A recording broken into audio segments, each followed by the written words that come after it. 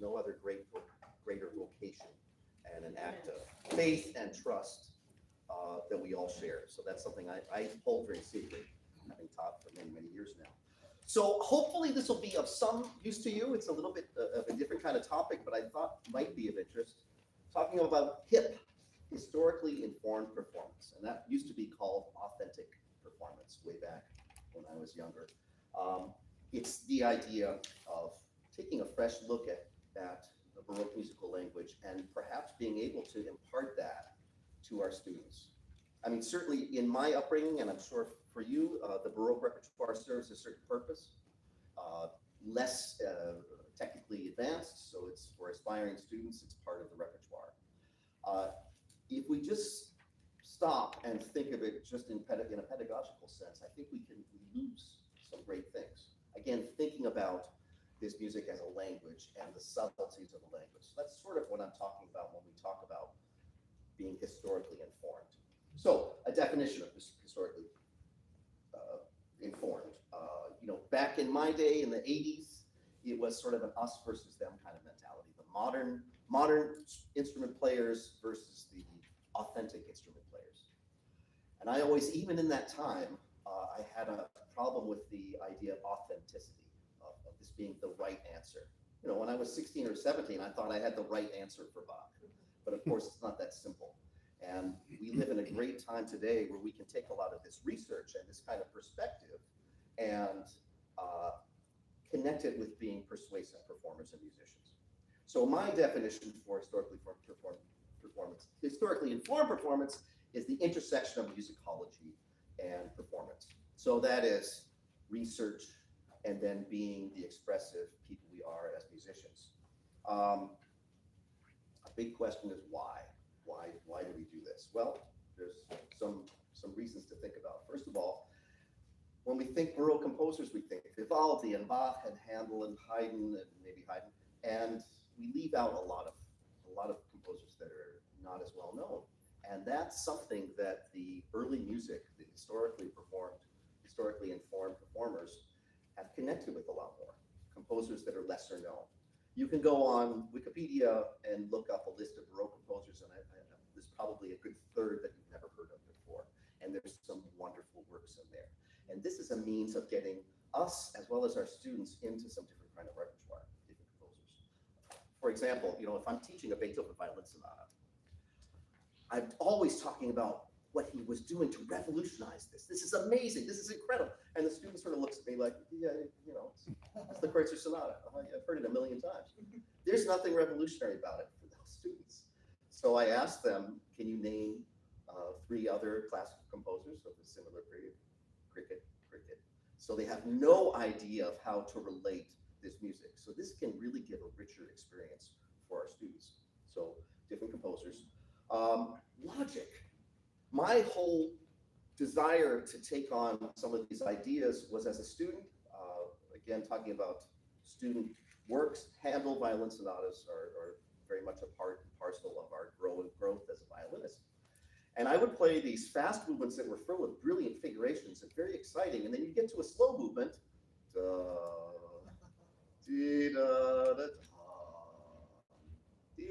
It didn't make any sense to me because it was so divorced from what that style was. So I started listening to other performers. I grew up in Boston, which was sort of a center of early music, and found out that, they would ornament. They would add some things into the music to make it have a little bit of more spontaneity and a little bit more emotional connection, which we'll talk about in a bit. So there's some elements of logic as it applies to this music in this period. I mixed this up. Repertoire, yeah. So repertoire outside of the regular composers. The other thing, the first one, composers, was really about trying to get inside the head of composers, trying to understand where they're coming from. And this can really help us if we're thinking about Baroque music as a different musical language, as we'll talk about. It can help put us in a place where we might understand Bach and might understand Handel a little bit better. I say might because nothing's a guarantee. And then for pedagogy, I think there's a lot of import here when we take on the subtleties of articulation, of nuance, of phrasing, of ornamentation, of perhaps some improvisatory elements. That's something that we can put we can give to our students at pretty much every level, even at a lower level, to be talking about these subtleties as teachers, I think is very, very exciting. And I see it quite often in the violin world, students playing Bach in a very stylistic way. And that comes from the teachers, it comes from an interest on the part of the students, and it can make this music more alive. Little quick background of historical performance. Forgive me if this is sort of like conservatory music survey, but I'll go through it quickly. The whole idea of looking backwards in music dates back to this guy, Felix Mendelssohn. And Mendelssohn revived the St. Matthew Passion of Bach and toured around Europe with it. And it created a sensation because old Bach, Weizbach, as they used to call him, was considered an academic and out of touch and not great music until Mendelssohn presented this, and people were agog over this. So that really started the ball rolling in terms of looking backwards in music that, hey, there's something special there. Johannes Brahms, if you think about Brahms' writing, he was obsessed with the past in terms of his forms, in terms of actually taking from earlier composers. I think also of his amazing, I'm sure you all know it, the transcription of the Chaconne of Bach by Brahms, that he wrote for the left hand to show the struggle of it. Magnificent. So he was someone really looking backwards in music. And then this charming little family here is the Dolmetsches. Arnold Dolmetsch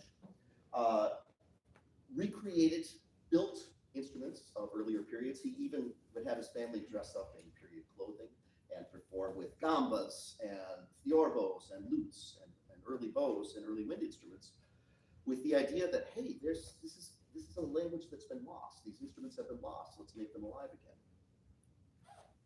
So as we start to delve into this music, there's many sources we can use to give us some information. Again, we're talking about the intersection of being a little bit of detectives in terms of musicology, but then also being the performers we are and the musicians we are. So I always am urging my students not to feel threatened by research, but to do a little bit of it and add it into your performing. So some sources we can talk about. Treatises, which were keyboard for dummies, which was how-to manuals of the period. We start to see these because people start to have more free time and they can read, and there was a market for these how-to manuals, how to learn the harpsichord, how to learn the flute. And they give us remarkable insights into how music might have been studied and played. Music books, well, some of the treatises, first of all, the big one is C.P. Bach's Essay on the True Art of Keyboard Playing, which is, it's a monumental source, useful in all instruments. And then Couperin, L'Art de toucher le clavecin. These are, mid to late 18th century sources that give us a lot of insight into how instruments might have been played. Music books, there's lots of books written. Again, you can go online and find, a dozen resources that are really, really tremendous about how to take a look at this music. Editions are incredibly important, and this is something I have become a stickler with. It's very, very important that we have editions that we have some editions that are connected with what the composer actually wrote. These are called urtexts. You know the term urtext. Bärenreiter, Henley are great examples of publishers who are connected closely with the original manuscripts, what the composer wrote, including maybe mistakes or a lot of omissions in terms of articulation. One problem I see in my students is they'll go on IMSLP. Do you all use IMSLP? This amazing free resource where we can download music and our students don't have to pay a fortune. It's amazing. However, for some students that don't take a close look at these editions, you can get 19th century performance editions or early 20th century performance editions, which are wonderful, but they're coming from the standpoint of a particular performer, or perhaps from a 19th century view of that music, which we may or may not want to do. My main thing is I want my students to have the first source available, at least to consider, and then move, take a look at what a great performer does. But start out with what did the composer actually write and why did he write it? So now is the history part. This is the little going back to college, forgive me. Just a little overview of the Baroque period, roughly 1600 to 1750. This is the wonderful abbey at Melk, which is an extravagant example of Baroque architecture. We see all the curlicues, you see cherubs, you see nature. The whole term Baroque comes out of a Portuguese word for an irregularly shaped pearl, which you can see there. That's a Baroque pearl around which this amazing pendant was made. So there was a fascination with nature. There was a fascination with extravagance and theatricality. You see it in art. You see it in architecture, certainly there. It also ties in, we're talking primarily about Western Europe, though you see it in Eastern Europe, you see it in South and Central America, eventually, a few years later. It was really a reaction to Protestantism and a reaction to the purity of the Renaissance. So it's like, hey, it's party time now. Let's get everybody excited about Catholicism. And that's really what it was about. It was about showmanship. This is where I think it's very important for us as teachers to live and to think about and to transmit to our students. This is about theatricality. This is not about background music at a wedding. This is music meant to impress and create great emotions within us. Another idea is rhetoric. Have you heard the term rhetoric? The art of speech. This is the great violinist Arcangelo Corelli, who would say to his students when he would demonstrate something, non udite parlare, can you not hear it speak? The idea that the Greek classical idea of formulating a speech, of being able to persuade and move people through speech, through structured and ordered speeches, transferred into music of that time. So there's much less emphasis on singing a long line, and more about speaking, the smaller shapes of speaking, the smaller intonations of speaking. That's something that, again, we can really instill in our students. I always think about Baroque music, it's a problem of packaging. Because say you have, a 4-bar phrase, and you have two 2-bar units, and then within that, you have smaller gestures. If you only show the smaller gestures, you're going to be seasick after a while, or bored out of your mind. And if you only do the long line, it might sound like Mahler or something. So we have to find the way to show the smaller shapes and not lose the larger sense of praise. Where was I? Am I out of order here? No, I'm not. Oh, I got to go back one. I am out of order, sorry. Affect. Have you heard the term affect? The German spelling is with a K, and that's where you see it quite often in the Baroque period. This is the new idea in music of the period, that music is connected with specific human emotion. This is a wonderful painting by Carlo Dolci. Look at the expression on that face, really amazing. So here's back to the previous slide. The idea that certain keys represented emotions. I don't know if you can see it here, but C major, grander, D major, grander and militant, E minor, tenderness, G major, I mean, it's very formulaic, but the idea of thinking about key having a meaning. And certainly when we're talking about instruments not being tuned in equal temperament, that really comes into play. Like F sharp minor, it ain't gonna sound so pretty, let me tell you. It's gonna sound wild and weird. C major, it's gonna sound pretty great. So I want to play for you 3 examples of affect with the same piece of music, all with early music ensembles. And I'll just play the opening, a few bars, and we'll do one after the other and listen to this, the same notes. Maybe some notes are added in terms of improvisation, but listen to the affect, listen to the meaning, and each one, I think, is different.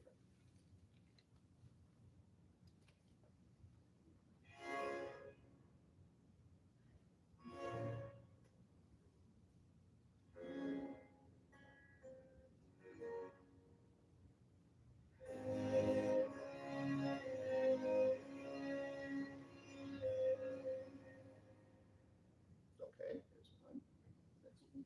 Oops, sorry.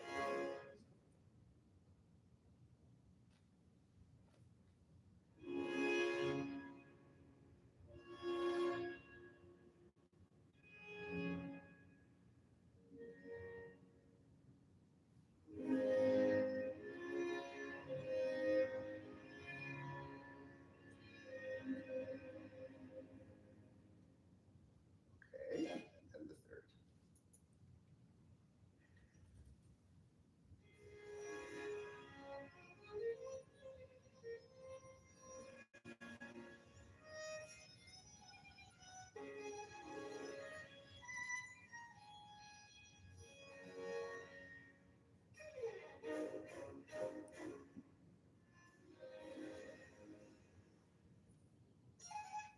three very different takes on the same music. It's really remarkable. And this puts us into the territory that I think is another thing we can hook our students onto, the idea that the performer and the composer are much more equal. So Corelli, Italian composer, you have a lot more freedom in terms of adding things. And the last one, Flavin there does an amazing job of that, I think. So here it is, yeah, the performer-composer relationship. There are very few markings in this music. Rarely do you see, hardly ever, do you see crescendos or decrescendos. Occasionally you'll see a dynamic marking. And as you see in the classical period, dynamic marking isn't necessarily a volume marking, it's a character marking. So forte meaning strong rather than a certain degree of loudness. So that says something right there, that there's very few markings in the music. We have many years to go before we have the control freak composers. And the performer of the time was expected to give input. A lot is made about cadential trills when you get to a cadence. Should I trill, should I not trill? And a lot of this depends upon what country you're talking about, and what time period and what composer.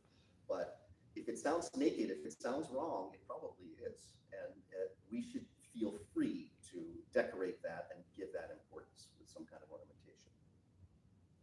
Repeats, even in Bach, and we treat Bach a little bit differently because he was a little bit of a unique kind of composer in that he wrote out a lot of his ornamentation, and he was a little bit of a control freak.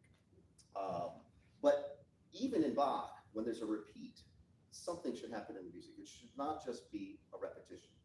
There should be some kind of identity to that repeat. Again, that's something we can pass on to our students at every level that could be very engaging for them.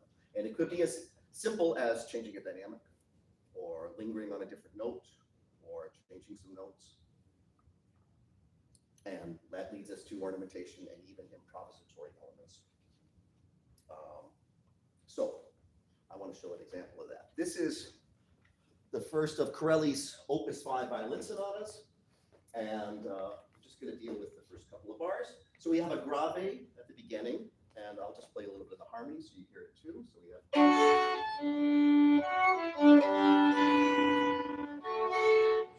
Sorry, geez, I can't see. What is it? Ah, there it is. I'm playing the wrong notes. Geez, sorry.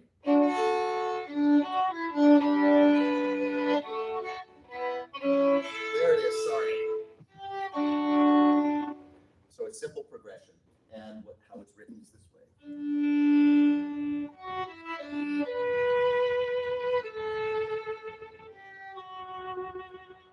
Then we have this allegro with the pedal in the keyboard.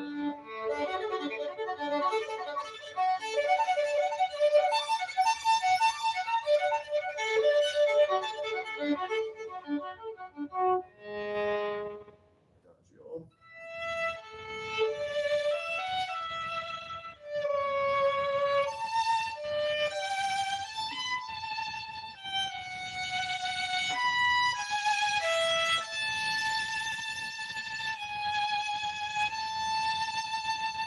So that's pretty much what's written. Any composer of the period, especially when we're talking about Italian high Baroque, would definitely do something here. And there are examples of this violin sonata played the way Tartini played it, and he added a lot. And I have my own version of it, which adds even a little bit more. So here's my version.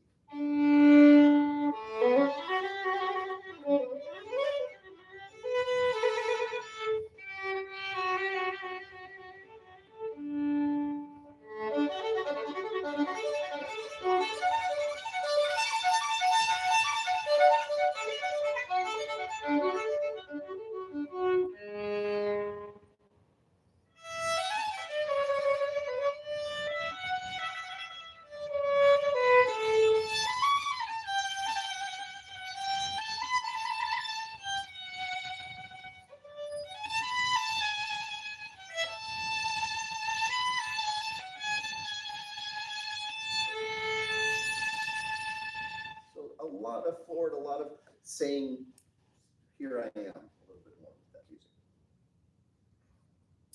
Ornaments as expressive elements really should be connected to the affect, to what you're going for in terms of the mood of the music. So, for example, if I'm playing something that's mournful, I would add in, paginatura, which is a sospiro, it's a sigh, it's melancholy, it's sad. Whereas you could add the upper neighbor in a quick way and show ebullience or joy, different character. Also in ornamentation, we want to influence harmony. We want to show dissonance. Dissonance is interesting. Consonance is boring, dissonance is interesting. That's a quote from the great Dutch cellist Anna Bijlsma, who would talk about that a great deal. We want to have those moments of tension. That creates interest. This is a little, my hen scratching here, a little list of ornaments. And we start out with the appoggiatura, which from the Italian of appoggiare, which means to lean. So I will lean on this dissonance. And you can also do it from underneath. Basically, all that's happening here is we're either arpeggiating harmonies, or we're filling in intervals, or we're creating a rub in moments of tension. High tessitura, low tessitura, moments where there's harmony that's going to places of tension. It's really about tension and release. And a great example is written by Bach himself. This is the G minor Adagio of Bach. He writes out all this ornamentation.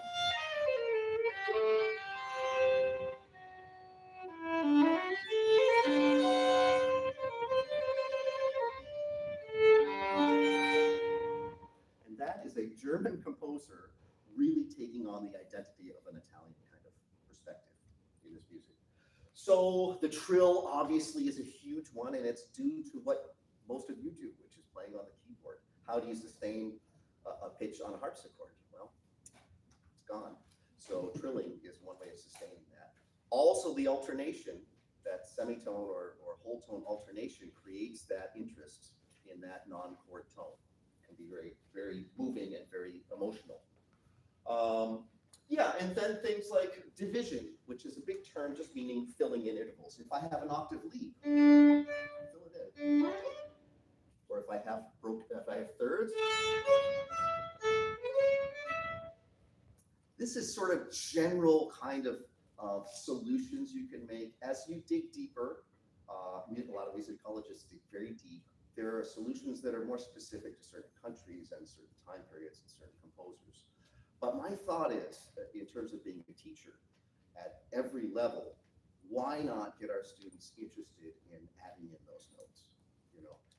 I don't think it's sacrilege to make a mistake one way or the other, but I think it can be incredibly illuminating for them and inspiring for them to do that. Other concepts to think about are les trois nations. So the three big nations of the Baroque period were the Italian, as we've talked about, bold, over the top, talking with your hands. Hey, there it is. The French, very elegant and cultivated. So in terms of ornamenting in French music, stereotypically, you would do very subtle things. Little trills, little short trills.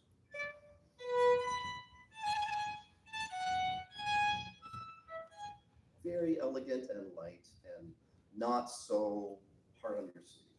And then you have the German, which is sort of a little bit of a hybrid of that. Very logical, not to stereotype Germans, but they took from both. Bach is a great example of that. Another big thing to think about that will help us, I think, as teachers in inspiring a connection with Baroque music in our students is thinking about the fact that music really could be divided into two categories: dance and song, singing and dancing. Dancing being rhythmically driven, singing, of course, being singing long phrases. But to think about those two categories and how does that apply to the music that I'm playing at this point. And then another one, hierarchy of the beats.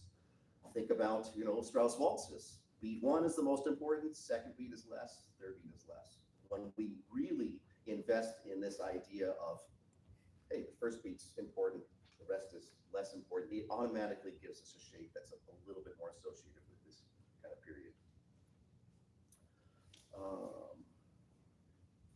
So then talking about the Baroque keyboard. How do we do color and time management on, if we're talking about the harpsichord, on an instrument that doesn't have a pedal, doesn't have a whole lot of color variety except for a few stops. The organ is a little bit different because you have all those stops, but there's not a whole lot of dynamic variation in the harpsichord. So one way to do a crescendo with the harpsichord is to play more notes, or to repeat notes, or to trill, and thereby you can show incredible shape. Also timing, how we use time, rubato, so very, very important. When you're, for example, like lute players of the time, when they would have chords to play, thinking about the important note of the chord, you would linger on that note. You would give that note weight by how you timed it. So that becomes a really, really expressive element. And I find it very exciting because if we think about Baroque music as old and as a museum piece or as background music at your function, it puts it in a very limited kind of expressive place. But when you think about rubato and how that means something, how that can make music come alive, I think it inspires students. So obviously we don't want to go so far that we break the net of the rhythm or the pulse, but there's a lot of latitude in showing shape through rubato. And then, yes, as I mentioned, arpeggiations. You can show intensity by rapid arpeggiations or longing and melancholy with a really incredibly slow arpeggiation. And that's something that absolutely would not have been written out by the composer, but that we as performers, thinking about what might the meaning of the music be, is something we can add in. So, in closing, what can we do as teachers? I think a great place to start is to get them to listen. I'm sure all your students listen to a great deal of music. It's an amazing time. I think back when I was a student, I had to save up money to buy records and CDs, and I would listen to them over and over again. I didn't have the entire recorded repertoire available. So it's an amazing time for students. One thing that I see, and maybe you see as teachers, is perhaps the students don't have as much depth of listening as perhaps we did in our day. I see it with my students that, for example, I'll take a studio class once a year and I'll turn the lights out and I'll play a 3-minute excerpt of a recording. And I'll say to the students, I want you to listen carefully as you can, and I want you to note everything you hear. And I get the most rudimentary answers. And this is from students who, of all levels, doctoral, master's, artist diploma, undergrads, who are exceptional players, who work very hard, who are good musicians, but they're not listening to that level of depth. So I play it again in the dark, play the same excerpt. What did you hear this time? Oh, they start to hear a few more things. Play it a third time, and then they're starting to hear the timbre of the sound, how the notes are connected or not connected, what the articulations are. So we've got to try to find ways to get our students to listen with depth. And that's hard because there's so much content being thrown at them. I'm guilty of it too. I'm on my phone all the time. When I used to sit in front of a stereo with 2 speakers, and that was what I was doing. I wasn't on my phone, I was listening to every nuance of Jascha Heifetz or David Oistrakh. And I tell my students, I remember every nuance of those recordings from 40 years ago. Not because I'm a genius, no, because I listened to it enough that I imprinted it, and I was listening for that level of detail. And I think it's a challenge for the students of today. So that's a great first step to get them to listen to this music, hopefully played in a hip kind of fashion. But if not, to listen to a variety of performers and to start to think for themselves. And along with that, to start experimenting. And that's where I think our job as teachers can be to help our students to not feel afraid to experiment a little bit. I mean, obviously we have a path in mind for them, we have a vision for them, and we don't want to sacrifice that. But I think we need to allow them that little bit of latitude to experiment with things. I have a wonderful student who graduated a couple years ago from Montana, of all places, wonderful violinist, and she came in for her audition playing the tastiest, most emotionally connected Bach I heard in a student. And she worked with a concertmaster of the orchestra out in Montana, who allowed her the freedom to look at this music in a different way, to look at the dance element, to look at the nuances of articulation, to not be tied down to one way of doing things. So that's something we can all do. And then start small. I mean, if we're talking about adding ornamentation, adding in notes to the music, that can be a daunting thing. How do I do this? Where do I add these notes? You might get some ideas from listening to recordings, but to actually do it yourself can be a scary thing. But to start small, start with just appoggiaturas alone. This idea of creating a dissonance where there's no dissonance written by the composer that might mean something, I think is very exciting. I think we have to be willing to allow our students to make mistakes. I think the growth will be much more profound if we can do that. And then taking small steps, building on those skills a little bit. He's present, I think, principal cello of the New York Philharmonic, Carter Bray, wonderful cellist. I knew him many years ago when he started performing the Haydn Concerto in D major, a great deal with orchestras. He was touring around to sort of the second tier orchestras, third tier orchestras. And he started to have a desire after many performances to add in improvisatory elements and to even make his own cadenza. So his first time doing that, he composed a cadenza. He wrote it, composed it. And he did that for a few performances. And then he thought, maybe I can change the order of some parts of this. And he did that. And then it got to the point where he was absolutely extemporizing. He was making it up on the spot. And it took him a while. And this is a great, great cellist. So all it was learning the building blocks, learning, taking a motif, for example, and manipulating it in a series in some way, or flipping it upside down, experimenting a little bit that way, and putting those puzzle pieces in until you have something that you've never done before. I find that incredibly exciting. And for me, it's empowering because he went step by step. He didn't suddenly become a great improviser. He built the skills to do that.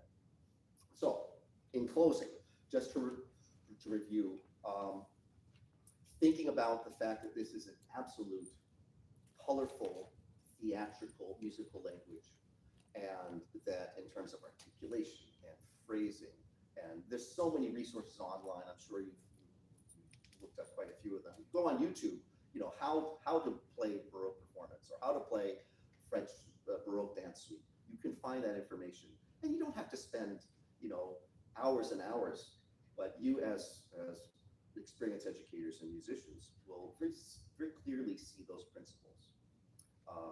The Bach I played before, this Lure of Bach, used to always be played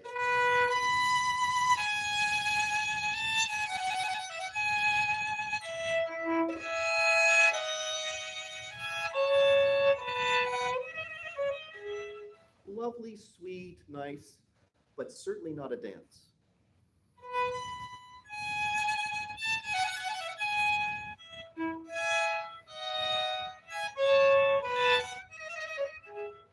This has a little bit more of a dance feel. Is that the right answer? Is that the right way to play Bach? I don't know. But for me, it's connected a little bit more with the dance feel, which is something that I feel is very important when we're talking about a Baroque dance suite. So the last thing I'll close with to keep in mind is don't be afraid to just have your students just do it, just to take some chances and take some risks in terms of phrasing, in terms of articulation, in terms of adding notes in. And I think it can make this repertoire that we give to younger students, it can make it come a little bit more alive and give a lot of benefit to our students. Any questions about that or thoughts? Yeah. Are you incorporating or encouraging your students to use AI? Yeah. It's interesting. I teach some classes as well as my lessons, and I ask every class, how much do you use AI? And the doctoral students say, never!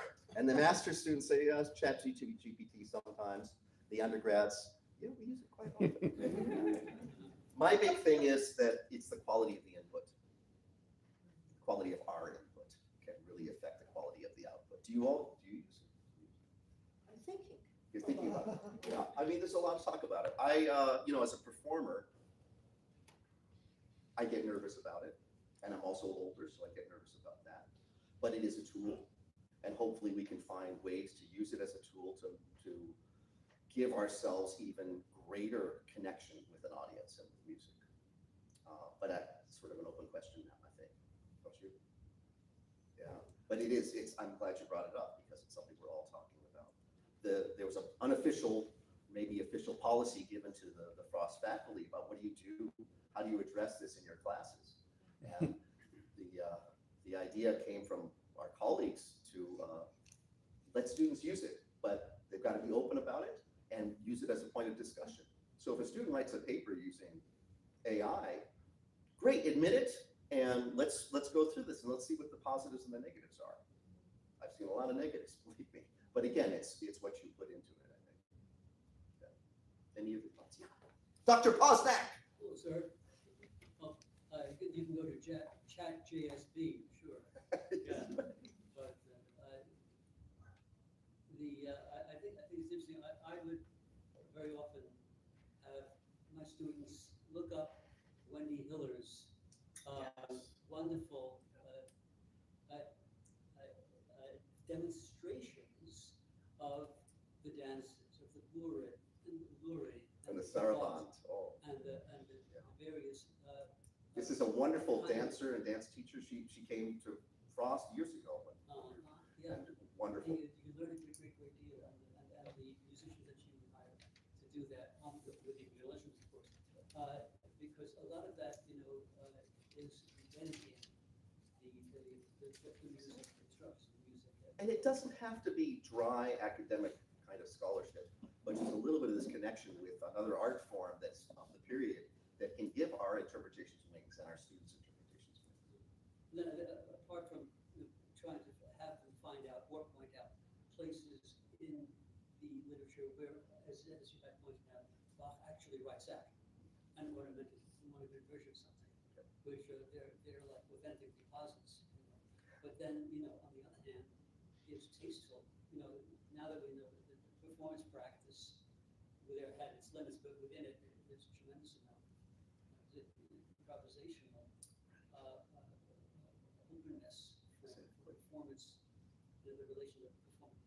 But, And when you're talking about keyboard instruments too. It's overdone, So when you're talking about keyboard instruments, we get hung up on the instruments. Like, oh, we should only play Bach and Rameau and harpsichord. No, I mean, why not? Why don't we use these wonderful instruments with all this color? But perhaps to filter it through what that music might have sounded like. Use the color of it. Couperin, Yeah. If you go to some sources, you can't see the notes for the ornamentation. Right. what do you do? So the whole element of almost compositional, taste, so that we don't get in the way of the structure or the dance feel or the lyric. I find that very hard because we're going back in time, but yet the music is so present. How to teach that stuff? Right. It's tricky. And for so long, I was hung up on the idea that I want this to be right. And there is no right. And we live in the 21st century. So maybe we borrow that, we try to get connected with that language, but we can't go back in time. See, you're lucky. We have poems. Right. Yeah, we pianists don't have that, so we can just sail through, mechanically a lot of things instead of actually feeling the poems, as it were. Right. And the phrases. Yeah. Well, thank you so much. Thank you. Welcome, hello.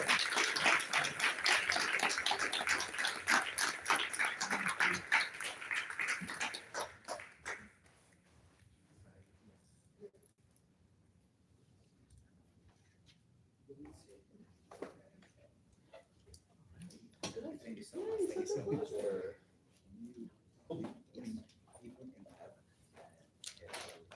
Oh, sure. Yeah, I have to run it in a little bit, but yeah. Yeah. To Should I ask Maria to come? Did she help me? yeah. Oh, that'd be great. I would just mess things up. Yeah.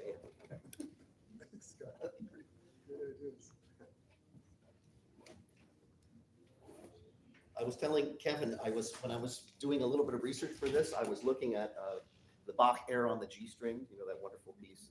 And I came across Kevin Kenner and Kim Watchung playing it. And it was a marvelous, if you look it up, why don't you, on YouTube, because it's a marvelous idea of, Kim Watchung is playing with vibrato. She's playing, coming out of the 20th, mid-20th century violin technique. It's gorgeous. It's beautiful. It's sustained phrasing. It's gorgeous. Modern piano. Yeah. And yet their interpretation at the repeat of the first section, add in a few notes and change a little bit of the meaning. It's absolutely on par with what I'm saying, that it's not so much about style, but it's about connecting with the aims of this music a little bit. And that's what you did, I thought, so beautifully. That probably wasn't historically informed. But that's, you know, but it is to me, it's connected. Historically ignorant, but. But it's I heard- musical, it's I heard alive, it. and it's connected with the emotion, it's connected with the affect of that piece for sure. So I think that's something. Sometimes you go with your intuition, you know. Wonderful. I could. Thanks so much. I don't have this connection. I think I have.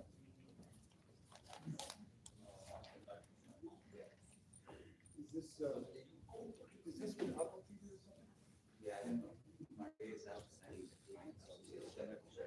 Yes. If it's wireless, is it wireless?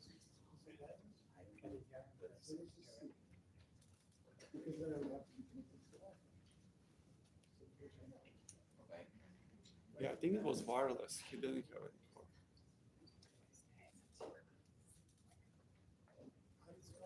I think it was wireless. Is there like an air? Yeah. Oh, I see, we have to connect to the Wi-Fi. That's it. Yeah, but Scott didn't have it here. Right, yeah. That's it.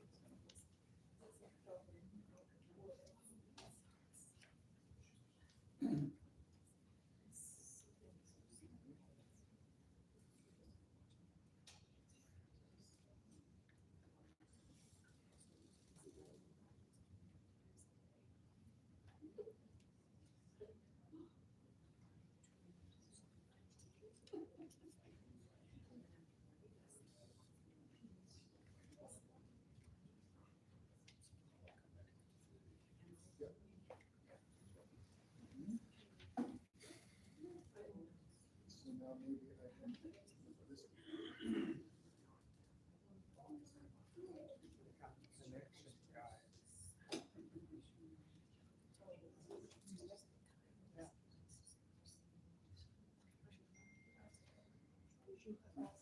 I'm kidding.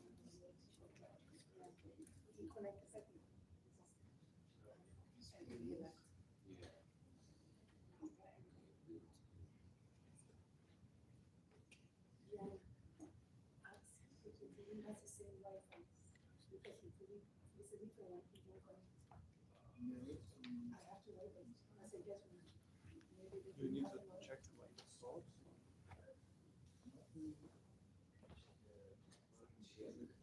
Yeah, that's what I screen reading is showing, and then I go into this thing, which is here.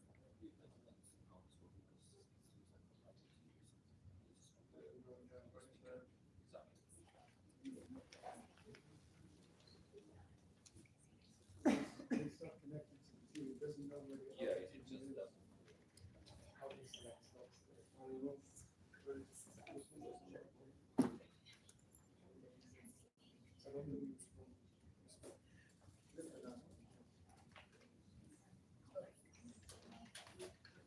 Just so you know, like,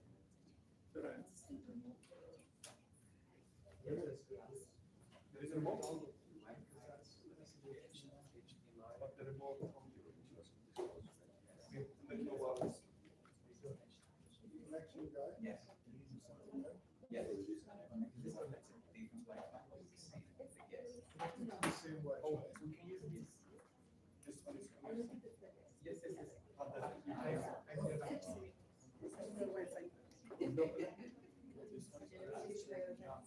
Okay, so we can connect this.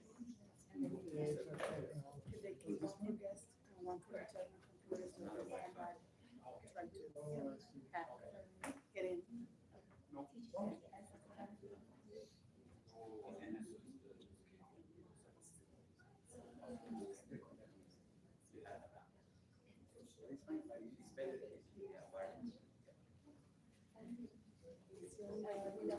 It's another Wi-Fi. Yes. It's similar. Most places have it like that. Yeah. So, you know, I hate it.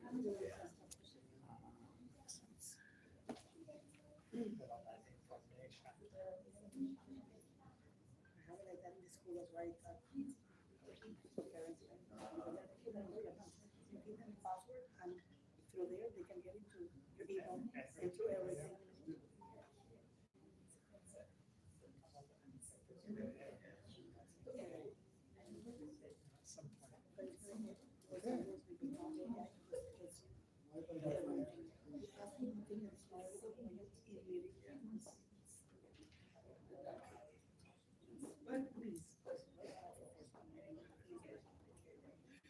Definitely a new era.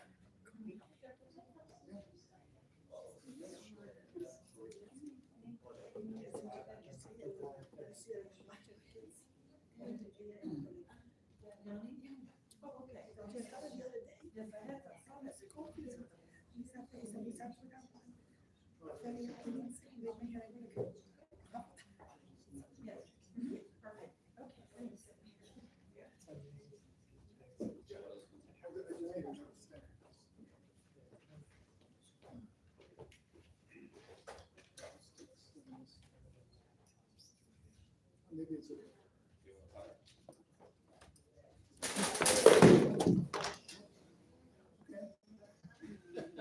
There goes the survey. Real Apple test devices.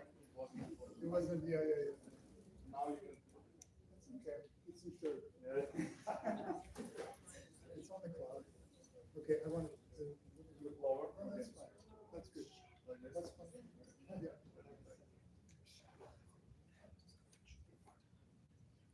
Yeah? Think? Maybe put that.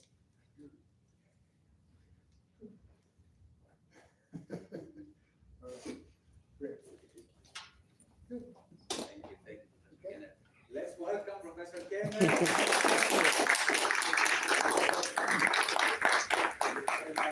And nice to be with you. I feel like I know so many of you already. I wanted to discuss a topic that's been on my mind quite a lot in the last few months.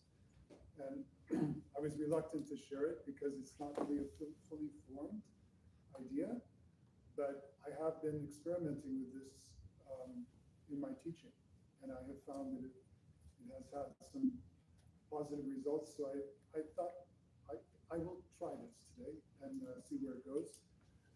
Listening is dialogue, and particularly the word of interest here is the hermeneutical teaching approach. Hermeneutics is something that I find really fascinating that has not been a word that I've really used much in my life as a musician. But there are certain questions that I have often found of great interest, like, for instance, where musical truth resides. And I think in Scott's discussion today on Baroque music and historically informed performance, he's actually raising some of these issues about where do we find truth in music and how do we approach that. So hermeneutics, I think, can give us a kind of way forward into addressing that question that I think is very fruitful. In fact, hermeneutics is a very old methodology that has been around for hundreds of years when scholars were trying to understand texts, historical texts, biblical texts in particular, but also legal texts and the texts of classical antiquity. And it was all basically the question of interpretation and how to look at these texts in a way that we can somehow derive the true meaning of these texts. So that, I think, is a very important analogy to music, because as musicians, we are dealing with historical documents most of the time, unless it's contemporary music. And there is this problem of the fact that the music often comes from a remote time and place. And it's very difficult for us to, as Scott referred to get into the mind of the composer. It's not an easy thing, especially when they lived hundreds of years ago. and all we have are some treatises about how they used to play and a score, which is often just a trace of what the real music is about. So I want to just first of all just approach some of the typical positions that we take as musicians when we're trying to answer this question of where the musical truth resides. And I think for some of us, we see the value of the score, for most of us, I think. But the question is, does the truth reside in the score? And I just want to show you a quotation of a very famous pianist, Sviatoslav Richter, who once said in the book Notebooks and Conversations, the interpreter is really an executant carrying out the composer's intentions to the letter. He doesn't add anything that isn't already in the work. Pretty radical position. But I think what we could say is that that kind of position has a certain integrity to it. It certainly prevents an interpretation from being arbitrary or self-indulgent. The attention to detail from the score, really trying to understand what is there, is something I think that's a positive plus for this point of view. And the idea of the performer not getting in the way of the music, letting the music speak for itself. So these are all very positive aspects of this position. There are some objections though. I don't think that we can ever really truly become transparent. That from early childhood, we are already part of a culture, part of traditions that have been inherited in the way that we see the world, in the way that we hear sound, from our teachers, from our experience. So as nice an idea as it is, I'm not really sure that it's all that realistic. Also, the score, as I mentioned, as something of a trace of something that once lived. It is not a full representation of music. That would really be impossible to notate, as we saw from Scott's presentation, about how much more a composer had expected to be added to the score. It's impossible to notate all the rubatos in detail. We would be so overwhelmed. So now, if we really did think of the musical truth residing in the score, think about the outcomes of a performance. A performance that would be very accurate. It would, at the same time, maybe feel that from one performance to another would be quite similar. Because after all, the score is not changing. It may feel somewhat cool or aloof. So I think then we can look maybe to another possible source or a place where truth can reside, and that is in traditions, because it is exactly in tradition that so much of what is lacking in the score can be filled in. And what Scott was talking about again with the historically informed performance has so much to do with these traditions of what gets handed down, what can't be written, but can somehow be passed along. I want to just share a quote from a very famous pianist as well, Helena Czerny-Slavianska, who was a jury member in the Chopin competition. She won the competition in 1949. This was her view about tradition. We must remember and maintain tradition, love it, foster it, and not cut ourselves off from it or look for some foreign stars. The most important thing is tradition. Well, I certainly think because of these problems of the score that this has great value. But it does also have some limitations, I think. First of all, which tradition? There isn't uniformly just one tradition that is agreed upon. And because of that, you get competing schools of thought about how to approach a composer or certain genres of music. And this can lead to dogmatism. It can lead to authoritarian pedagogical styles where you have a teacher who basically said, you know, this has been handed to me and I'm going to hand it to you and this is the way you play it.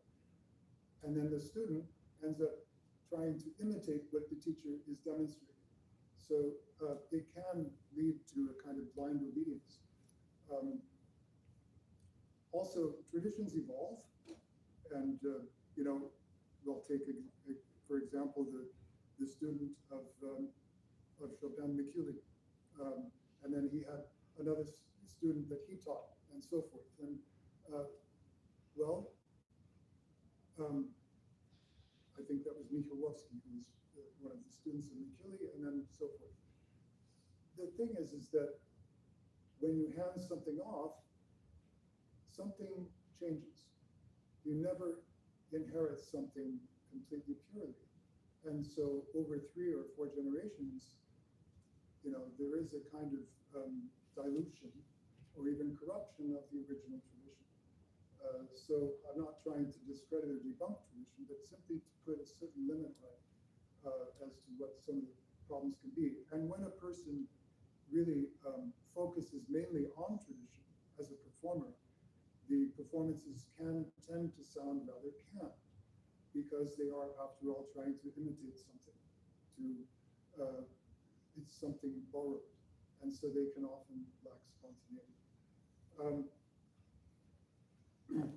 And that was the slide I wanted to show you, but we don't need to look at that now, so we'll go on to the next one. So, and this next one is exactly about the composer's intention. Now that's a little different from the score.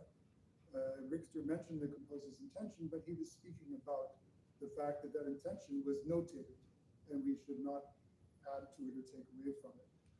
There is another way of thinking about the composer's intention, which is something behind the score, something that wasn't notated, and there's almost a kind of mystical search for that hidden meaning or that hidden intention behind it. And in hermeneutics, this was a very popular direction in the 19th century. It has certain romantic connections. I want to show you another quote from another. This is also from the Chopin competition back in 1980. Paul Badura-Skoda, who was a great scholar and editor, said, "I value most such an interpretation of Chopin's works which gives the impression as if the composer himself were playing in a natural and simple way." Now, I find that a very beautiful thought, actually. It would be remarkable if we could hear Chopin play his own works, or if we could understand what he was thinking when he wrote the score. In fact, I often, for much of my life as a performer, I ask myself the question, when I see a score, you know, what was it that the composer was thinking that led him to put that mark in there? You know, sort of thinking backwards. I think there is some value in doing that kind of work without being overly optimistic that we could ever truly understand what is in the mind of anyone, not even our best friend, much less somebody who lived 200 years ago.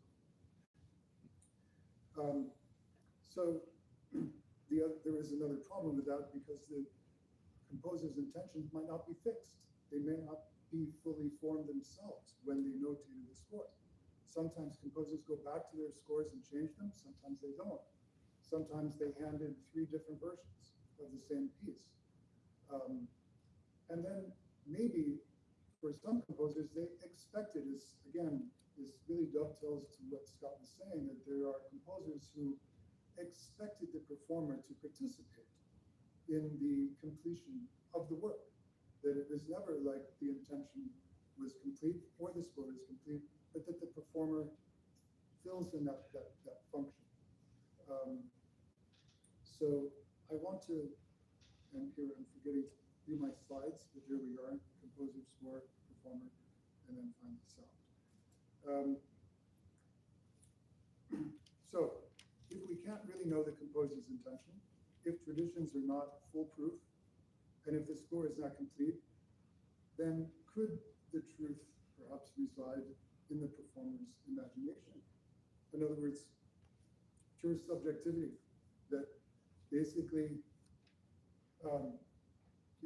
because we have nothing objective really to hang on to, we can just explore the way we want.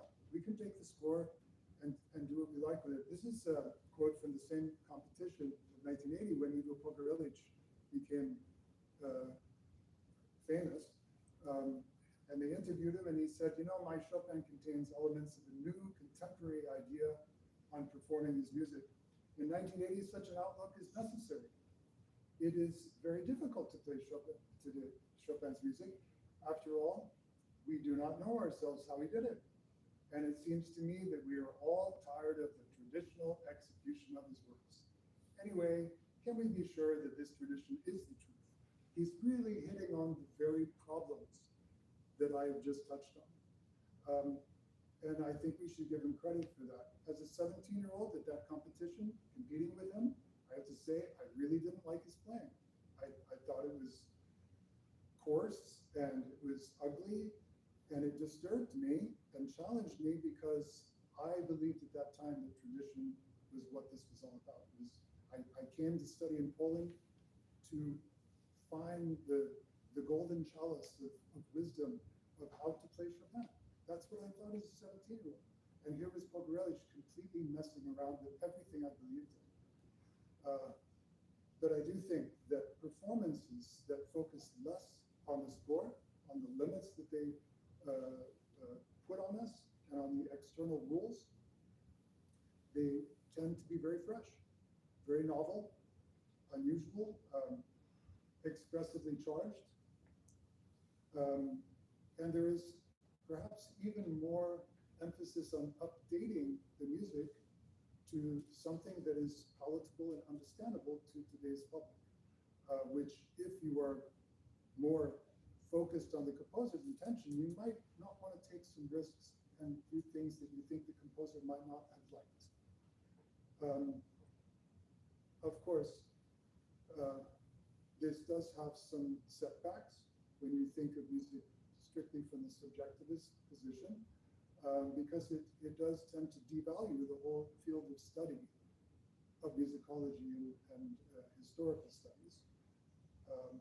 And sometimes the performances can seem arbitrary and a tendency to react to the moment of what sounds great at the moment, but without really thinking of how that has a consequential quality to it that needs to fit into an organic whole.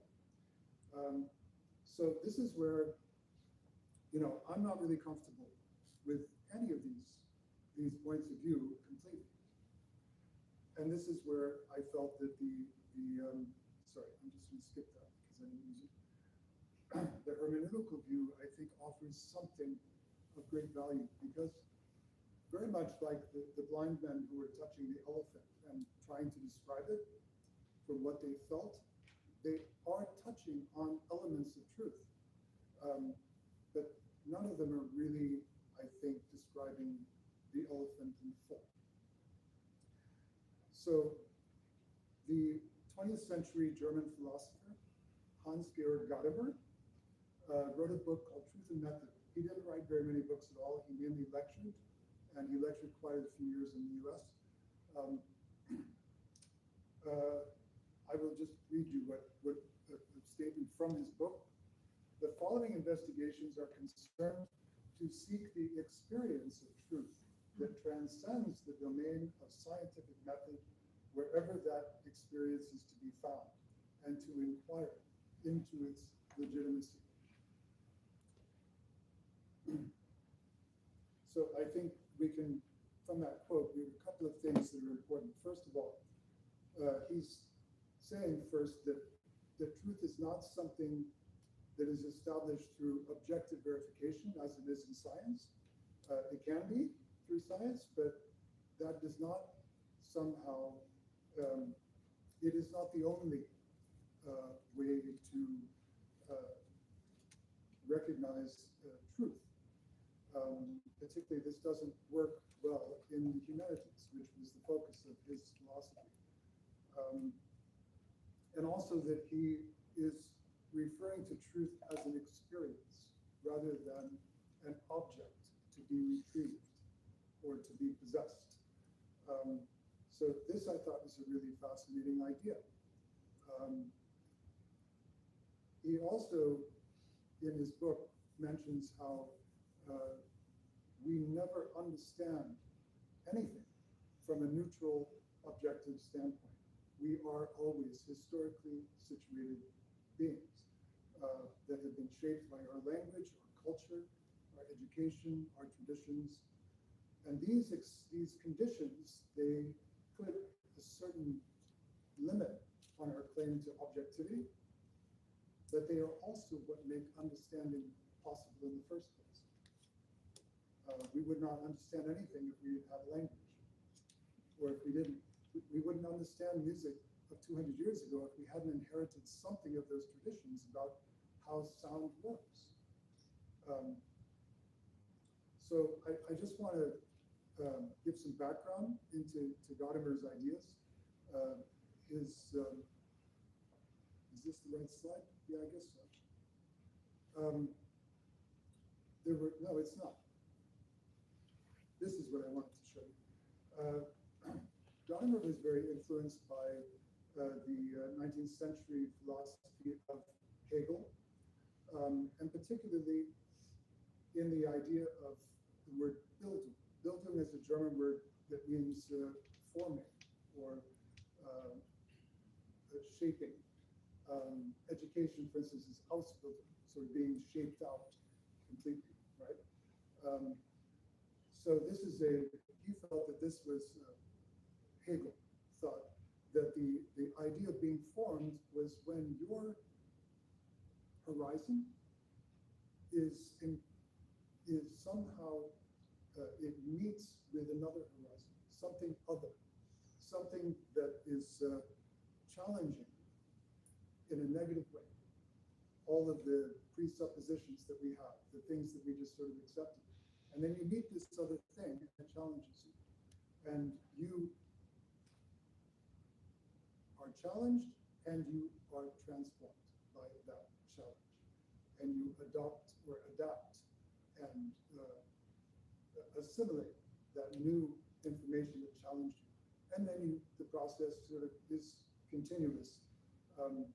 And Hegel thought that was the way to be fully educated, and finally that our horizon would be all-encompassing.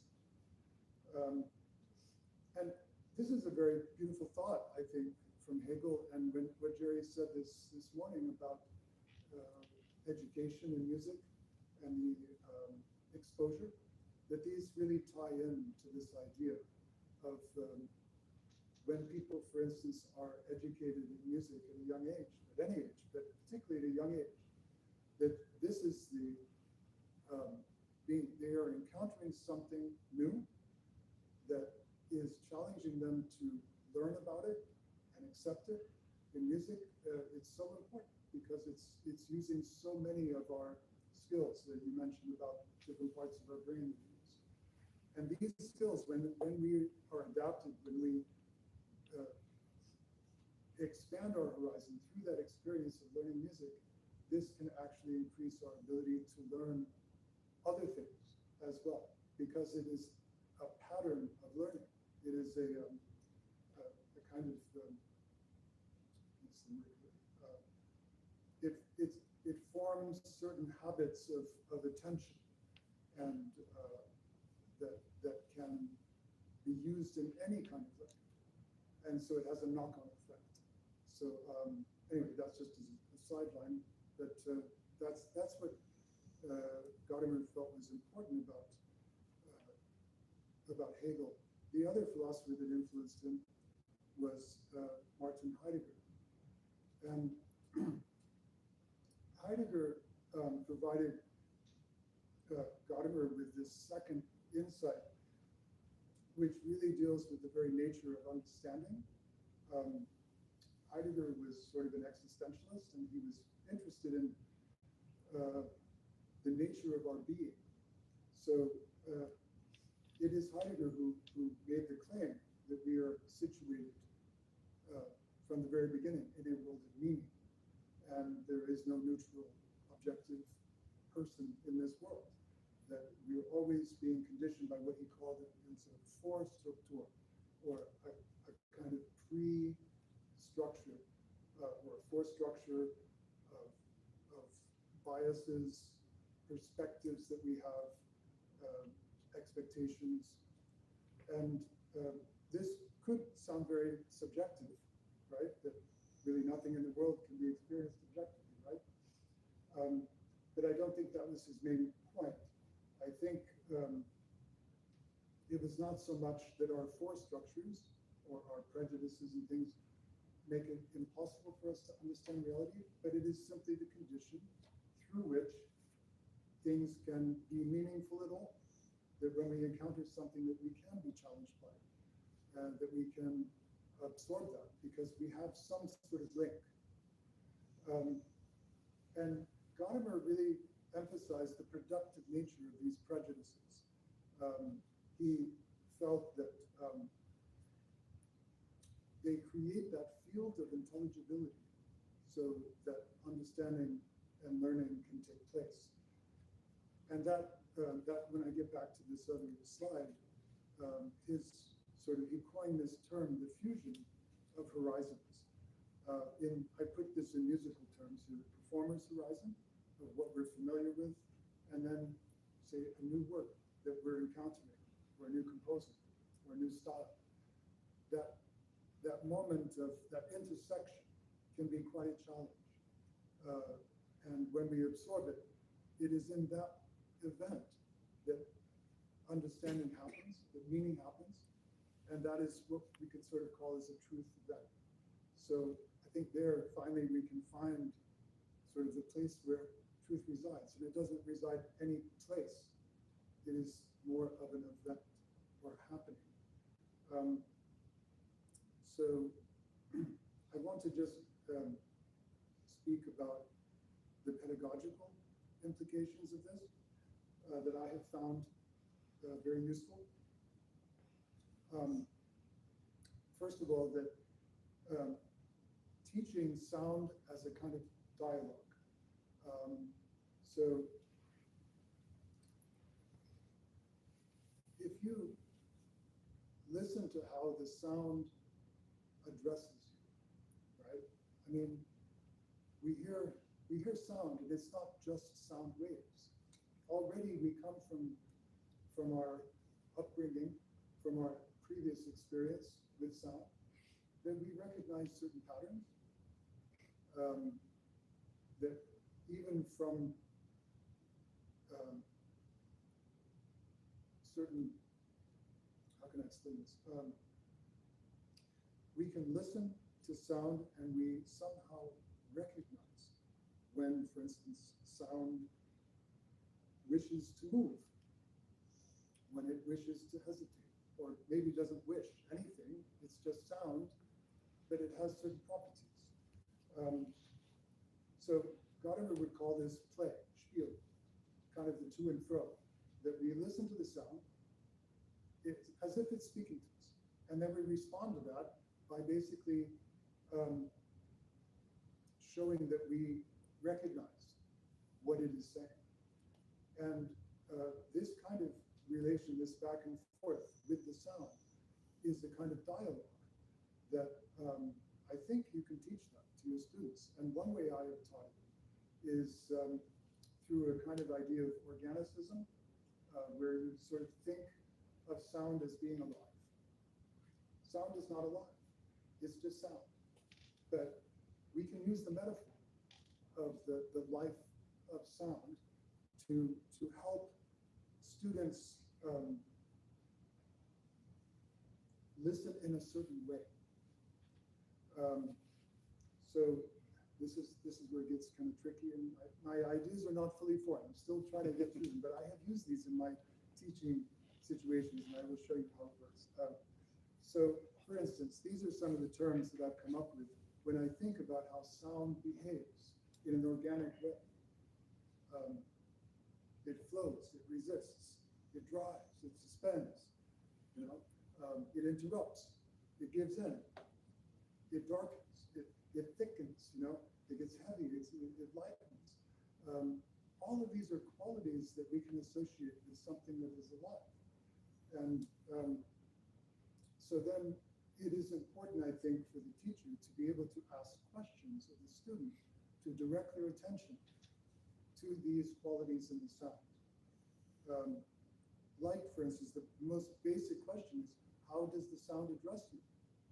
How is it speaking to you?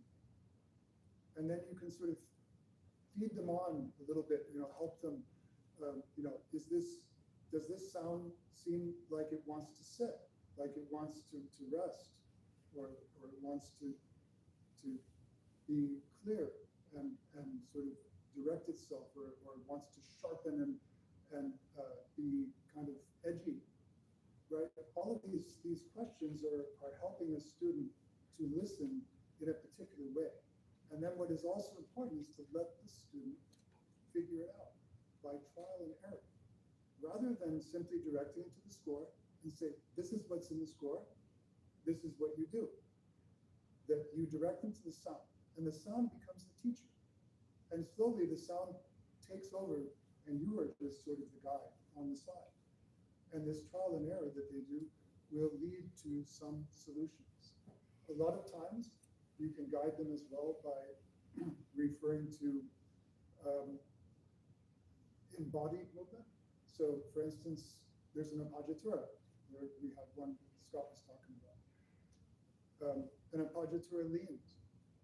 And we can talk about that conceptually all day long.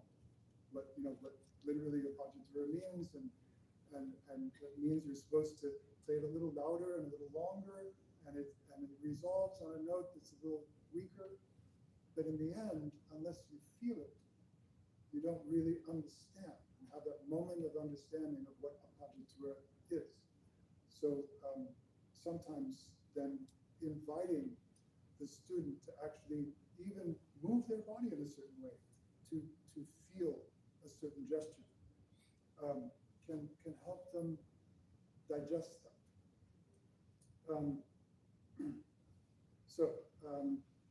Another application of this hermeneutical approach is actually to help students read the scores in a different way, in a way that is deeper than just reading the score as an instruction manual.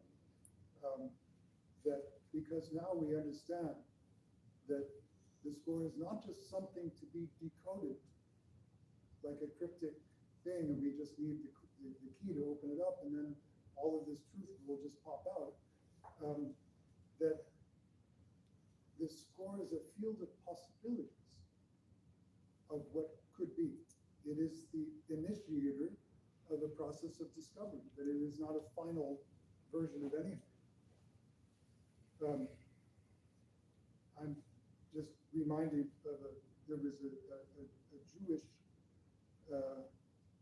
not a proverb exactly, but a saying about how God created the world in 6 days or something, but he didn't finish it because he expected people to complete the creation. And I often think of that as an image for the musician to somehow be engaged with the score in a way that you are there to complete it and to make it relevant to today's audience, to be responsive to your instrument, that nothing in the score can tell you how to adjust sound for a 9-foot Steinway when it was written on a 5-foot Groff, or in a concert hall of 2,300 people when it was originally intended for an audience of 30. So all of these things mean that music is waiting to be completed, and not just completed once and for all, but continually, which is what keeps us in business, as performers, that we have to constantly be adapting and listening to the sound, which directs us on how to perform it at a particular situation and time. So then the other application of this is the importance of listening to other interpretation. Again, Scott already touched on this, of how important it is. You can go on YouTube, you can listen to people playing historically informed interpretations. You know, I have some issues with this because for a long time, until I was addressed by these hermeneutical ideas, my concern is that students who listen too early to other people's performances will become biased, and they will accept that performance as the, you know, that is the truth. And they end up modeling their performance after that particular interpretation. And I do think that there is some real danger in that, and that they can just go for the surface effects and be a rather poor Xerox copy of what some great performer had done, you know, even a great historical performance that's been recorded. But actually, I have to revisit that thought, because it's not as if when we come to a score that we came to it completely purely. We have already been biased. We've already been raised in a certain tradition of listening to sound through our teachers, through our experiences. So that already has biased us. So that really doesn't, I don't think it's a very strong point that I took, and I regret that I didn't have my students listen to more recordings. They will be from now on. I know that Santiago Rodriguez always has his students not just listen to great historic recordings, but he knows them all. He can name the performers of specific pieces that are historically important.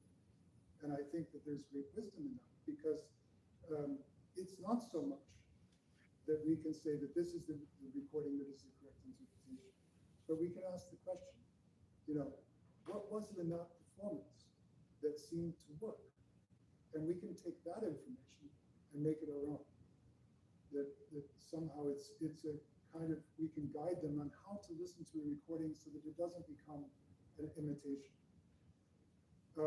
And then what I started to discover is that the actual lesson room itself, the relationship between a teacher and a student, is also a kind of fusion of horizons. That we as teachers have a certain experience that we bring to the lesson room, and our students who are developing, they have their own horizon too, their own background. And we must never belittle them to the fact that they may not have had the same experiences. That's what they bring to the table. And then when you're engaging with the student, it becomes a kind of partnership, a mutual exploration. But as teachers, we also, as any horizon meets another horizon, there is a pushback. That when we hear our students playing, it is our responsibility to challenge them and to refer them to the score and to refer them to historical informed performance studies and musicology and historical context. All of those things are what music belongs to. Music was never just an entity in a vacuum. It always came from a context. And so we can challenge our students in that way, that they are answerable to all of those things. Yeah, so finally, in terms of technique, I think there's also something relevant from a hermeneutical perspective, that traditionally we think of technique as a fixed style or method of using our hands and arms and body and whatever, you know, breathing in a certain way that will somehow be universally applicable to anything that we play. When I was 13 years old and I met my Polish professor, he introduced me to the Polish technique. Certain ways of thinking about hand position, the wrists, the distribution of weight. That was that particular school. And I don't want to belittle the fact that those schools exist, because there are some really great ideas out there that came from generations and generations of performers who figured out what seems to work and the patterns of what seem to be working. But I think what is important from a hermeneutical point of view is that I think that Gadamer would see technique as something more like practical know-how and the ability to address a particular situation individually and responsibly in that moment on that instrument. And that the technique is not so much of a theory as it is something that is more functional, not formal. So instead of sort of asking what's the correct way to use the hand, generally, it is much more like some sort of handbook or something that we can go to and say, well, this is how we're supposed to do it in this place. Rather, it's much more of helping a student understand that technique has to be an acquired skill. And it isn't something that can also just be handed down. And that it's also always connected to musical meaning. That technique is a means to accomplish music making. And it's not like really a separate category. So I think that also is something that the hermeneutical approach can address very effectively. So in terms of sort of the final outcome of all of this, in terms of what is the proof of the pudding in performance,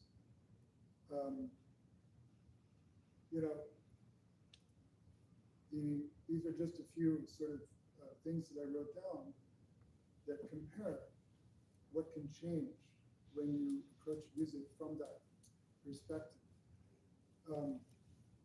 Instead of thinking about obedience to the score or recovering some hidden intention of a composer, or just playing according to a stylistic tradition,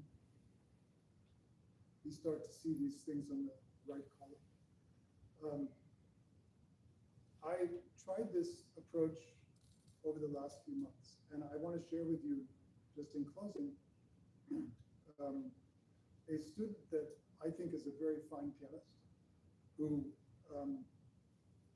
worked with me for more than 3 years and had entered a few competitions, didn't have much success, but I knew him to be a very thoughtful, intelligent, and deeply expressive musician.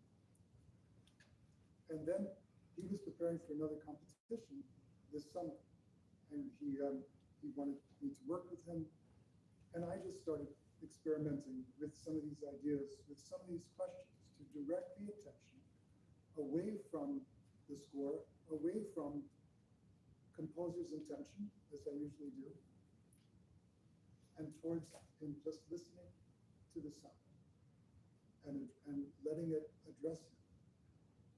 And after a few lessons, he wrote me a letter, and I think this says it all. Hi, Professor, I've been experimenting with your idea of focusing on the music as an experience while practicing, and I think something starts working. Somehow this approach guides my musical ideas in a new way that I haven't felt before, and makes the experience of playing so much more alive, enjoyable, and spontaneous, but in a way very simple, like breathing. It brings out feeling rather than analysis. Thank you for sharing this insight. I feel like it opened a box that was half closed before, and it's quite a discovery for me. And he went on to this competition and won the second prize, an international competition. I'm very proud of him.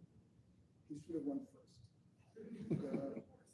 But I mean, I'm not saying this to sort of brag about my skill as a teacher, but simply, I'm just starting this. This is a new direction for me.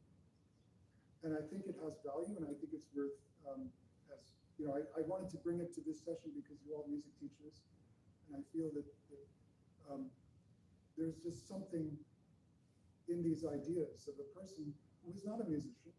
He was interested in the humanities, but he had something to say that we can use that I think is valuable. And so that was what I want to share with you. And maybe if any of you have any comments or questions, yeah, please. I don't mean to put you on the spot, but Yeah. could you define just what you mean by hermeneutical? Yeah, so that means that hermeneutics is the theory of interpretation. They don't. It's very hard to actually determine what the hermeneutical actually comes from, but there is some view that it actually stems from Hermes, who is the messenger of the god, and of course, a messenger or a mediator would be a nice image for something that is dealing with interpretation. That's what it was all about, is the interpretation of texts and how to interpret them in the right way that would somehow bring out the truth of and the original intention of the text. So, for instance, originalism, I'm sure you've heard of that in recent politics. This is basically a form of hermeneutics. It is a version of hermeneutics that believes somehow that we can get back into the head of the people who wrote those texts and understand their original intention. That's originalism. It is one approach to hermeneutics.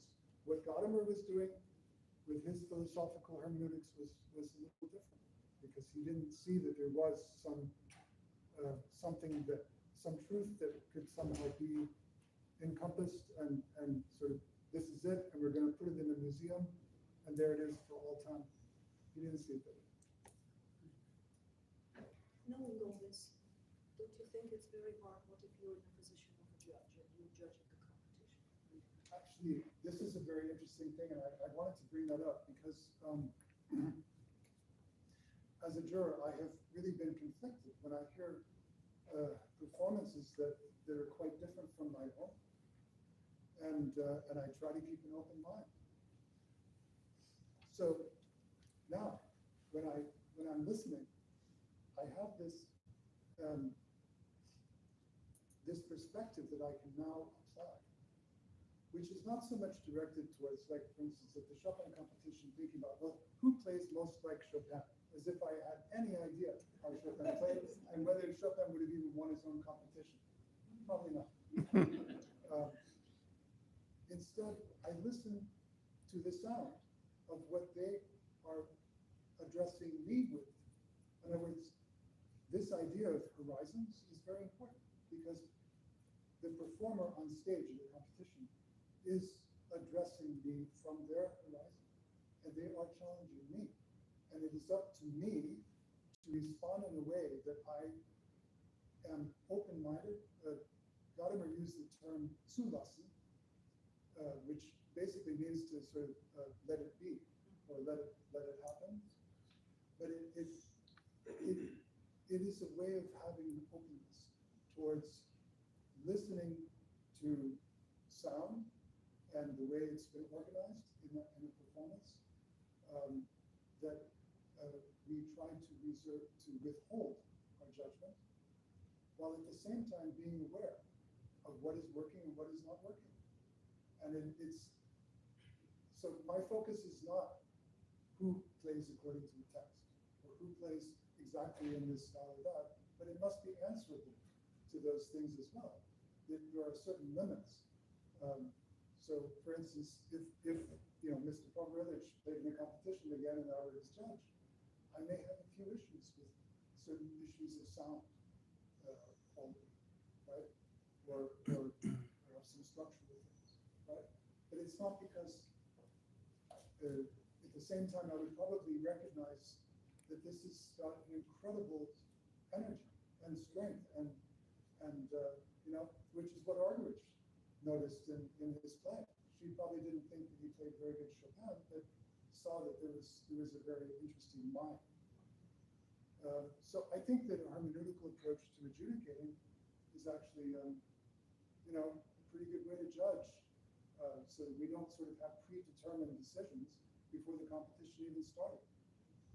One colleague of mine who was judging the Chopin competition had said at the beginning of the competition, my intention is to listen more and judge less.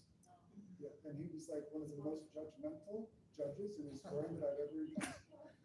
So, but it's a nice idea.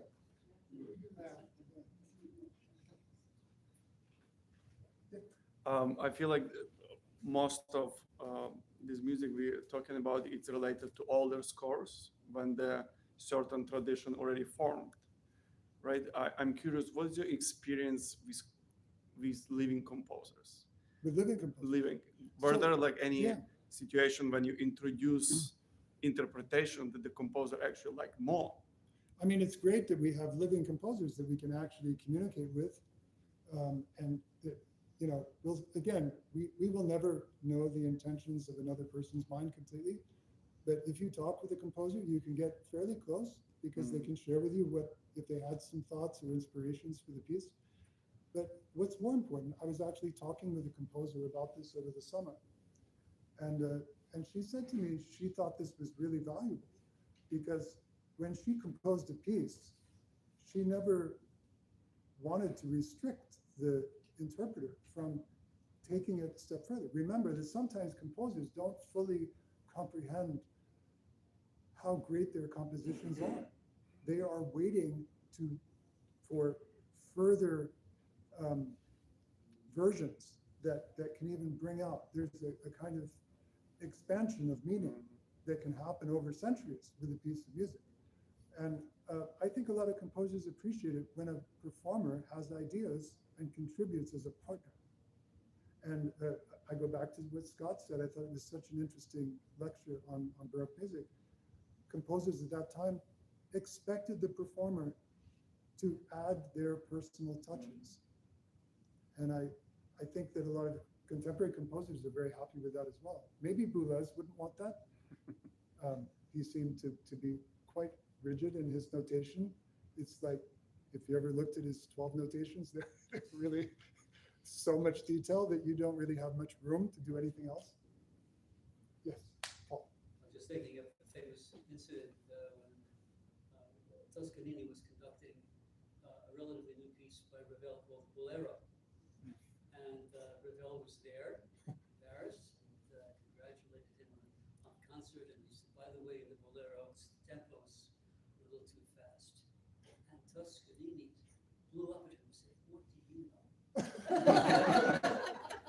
Oh, right. Ravel had to back off. I mean, he's not entirely wrong because he was performing it and Ravel had it in his head. I mean, it's Toscanini who had to make it real. Yeah, but he was such an egotist. But Several composers changed their compositions after the first performance of the piece. It happened many times, right? Because after suggestions to the performer. That happens sometimes. Many times, Yeah, many right. times. So That's then right. also Yes. with his students, That's he right. will change the dynamics. Right. Yeah, and I remember playing a piece for John Quiliano. He wrote this piece in 1976, the Etude Fantasy, and I was at this festival and he was there and I played it for him. And I wanted to ask him about the middle etude because it actually was structured in a way that the golden mean was exactly in the crux of the etude. And I mentioned it to him, you know, and he said, "Oh, I had no idea." Yeah, I mean, it's like composers are not always fully aware of what they're writing. They're using intuition, they sense things, and performers can participate in really enhancing the meaning of these words. It's not that we're always interfering. We can also interfere and we can obstruct. But the idea that we participate in the disclosure of meaning, I think composers are probably very grateful for. Okay, Bea, former student, here we go. Now it's all coming out. I'm so sorry, Bea. So in a way, these two approaches are very intertwined. I'm just looking at those texts and I'm thinking how you can completely separate one from another. So can you give us an example of how you would have a Wait, from the a traditional approach approach to a hermeneutical? right. So can you give us maybe a short example of how different your approaches would be before and after you discover this? Well, I think in the lecture I was mentioning how, for instance, a performer who executes what's in the score, if that becomes the priority, those performances can tend to be rather cool. They tend to be rather the same from one performance to another because the score is fixed and therefore they're thinking of a fixed solution, a fixed completed version. This is it. So in the hermeneutical approach, you're participating in a creative unfolding of the work. That is a dynamic relationship. It is a dialogue as if you're talking to a person. And that means this dialogue isn't just between you and the work, which is dynamic as well, but it's also, it's you and your instrument, you and your hall, you and your audience. The audience is participating in the sound as well. They don't know it perhaps, but they are also participants. And I think that a hermeneutical approach would contrast from one that's focused on the score, because it would be more adaptable to the situation and would allow for more spontaneity. The sound doesn't ever address you exactly the same twice. And there's no one way to oh, yes, No, Slava. No, go, please. I experienced that myself. So sometimes listening and responding to the sound leads me to the dynamic marks, for example, tempos, Yeah. which are completely opposite from the composition. So what do we do in this case? Well, that's the thing. Do we know that they're completely opposite from the composer's intentions?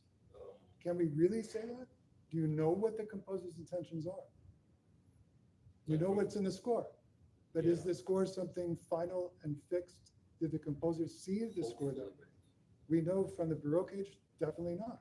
And they didn't even write a lot of detail in there. But we know, like, let's take the example of Chopin, where his students were saying in the Chopin Barcarolle, where it was the loudest place, he played pianissimo. So why can't we do that? Why don't we dare to do that? Probably because we've been exposed to competitions. And if you did that, you'd be thrown out, because the judge would say, the score says fortissimo, right? So I think it's important not to be afraid to let the score be your guide, not the score, the sound. The sound is your guide. And if it decides, and coaxes you into changing that dynamic mark to pianissimo instead of fortissimo, I don't see that in itself is wrong. It's what is the disclosure? What is it when you did that brought meaning and understanding? If it brought some sort of understanding, then you have located a kind of musical truth. And I don't think you can somehow just debunk that and say that this is meaningless. No, I mean, it speaks for itself. Do you think that competitions, especially now, for the last maybe 20, 30 years, kind of limited imagination of young musicians? Of course. Because For that, that's one of the main reasons, is that it becomes a training ground, a finishing school.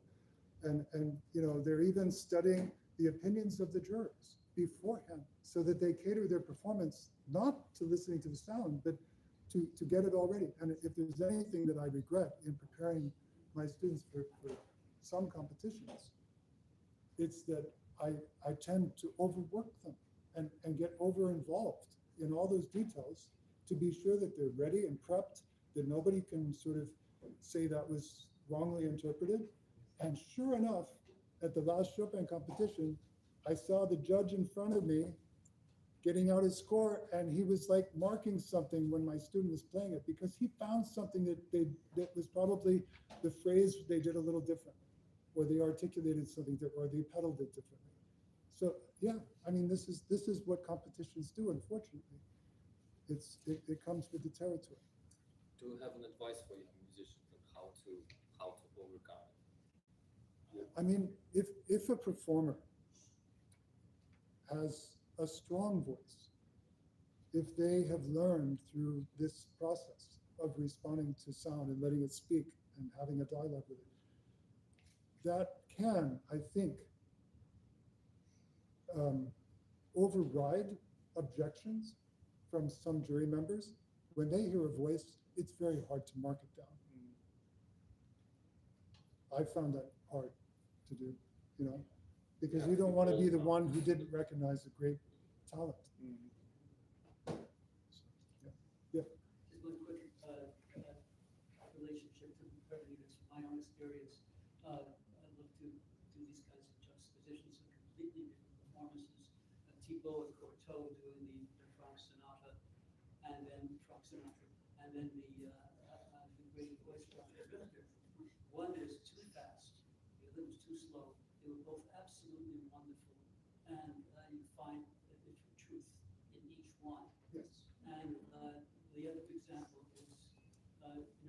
Jewish version to be or not to be, the Jewish survival, the German version is to be or not to be, that's the question. Construction on it. No, it's a wonderful point. But Keats says, truth is beauty, beauty, truth. That is all you know and all you have to know. And I think what you're saying is so important because we have to find a truth. There isn't any, right? But it's not just subjective, that's the thing. Is that it's more than that. Your own If there is something, it's an event. If it was subjective, it would just be saying that there is nothing objective. I think what Gadamer was trying to do, he was not a subjectivist. He absolutely felt that there is answerability to the text, which you interpret. And because tradition and history have to be included in all of that. That's why I think it's so significant, because otherwise we would not be going to institutions to be learning about music history. It would just be a completely irrelevant exercise. To learn about, who cares about the name of a note, whether it's a German augmented sixth or a dominant seventh, it doesn't matter. Just what matters is how I want to do it. That's subjectivity, and I think that Gadamer was finding a way to preserve truth that was not simply pinned to complete subjectivity. Yeah, so. I think we're out of time. Thank you so much. Thank you.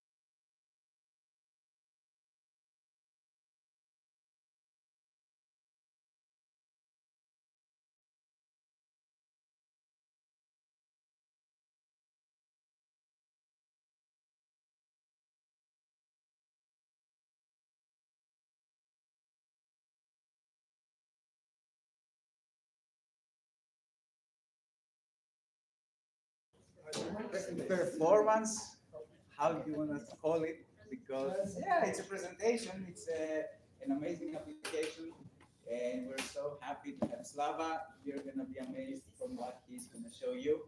So let's all clap for Slava.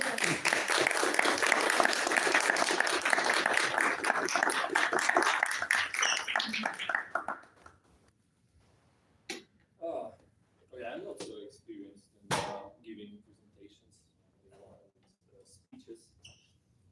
I will start with my personal story. I think before we even get to know this stuff. I was born in a small island, Sakhalin Island. It's very, very, very east of Russia, near Japan. At that time, Siberia. basic, kind of close, yeah. I still remember my first lesson, first ever piano lesson, music lesson, at the local music school. I opened the door, and my teacher was practicing something, and she played.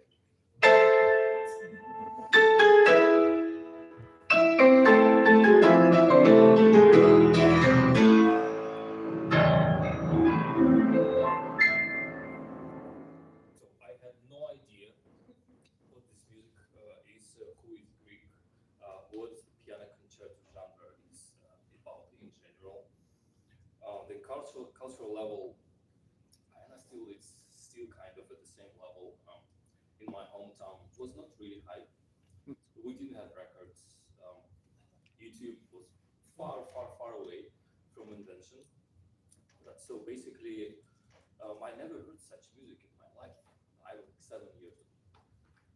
But I still remember that. And I asked what's the piece was, how she playing, and she explained she was practicing this concerto, performing at some point with the orchestra, and that was it. So far, this first experience, first ever hearing the piano concerto, instrumental concerto, faded away because, well, at this music school, we didn't even have a possibility ever to play with any sort of orchestra. There were no orchestra on the island, only jazz and pop groups. So I left myself with just a solo piano, for quite a few years. Then I moved to Moscow. My parents decided that I had some gifts in piano playing, and Moscow is a better place to try. So we moved, and my serious life as a musician started right there. I think I was really lucky with my teachers. The topics we discussing here about listening, about freedom of musical speech, right? About imagination, conversation.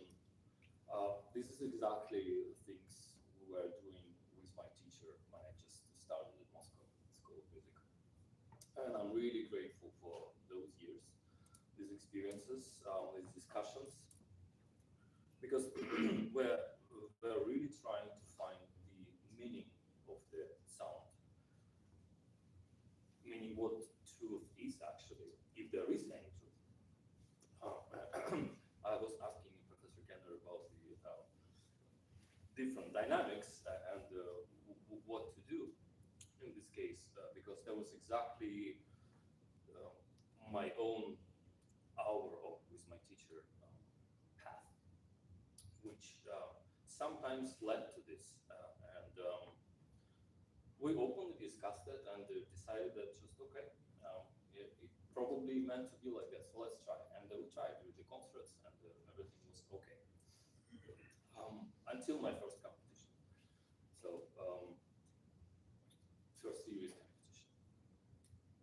When I played as usual, as I was used to do, with open mind, as I thought. And yeah, it didn't go really well. I was kicked out from the first round.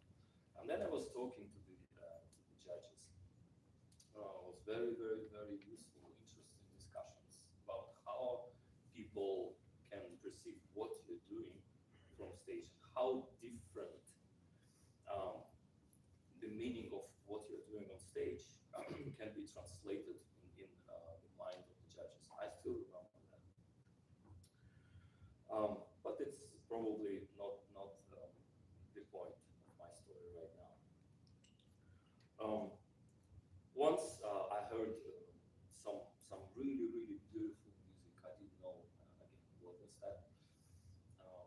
Later, my second piano concerto. Some students were practicing at school. I was just on the piano part, but it was already enough to understand that there's something really speaking directly to my heart. I got some recordings. So Ashkenazi, I think. Ashkenazi, Rachmaninoff himself, which I didn't like at all when I first time heard it. It was so different from what we usually hear from stage. But I decided, I spent my summer and learned the first movement of this concerto, trying to imitate the best parts, what I heard from the recordings.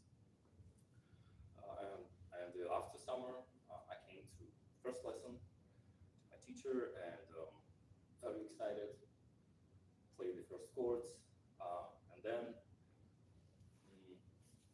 second piano started, right? The orchestral thing, but it was second piano.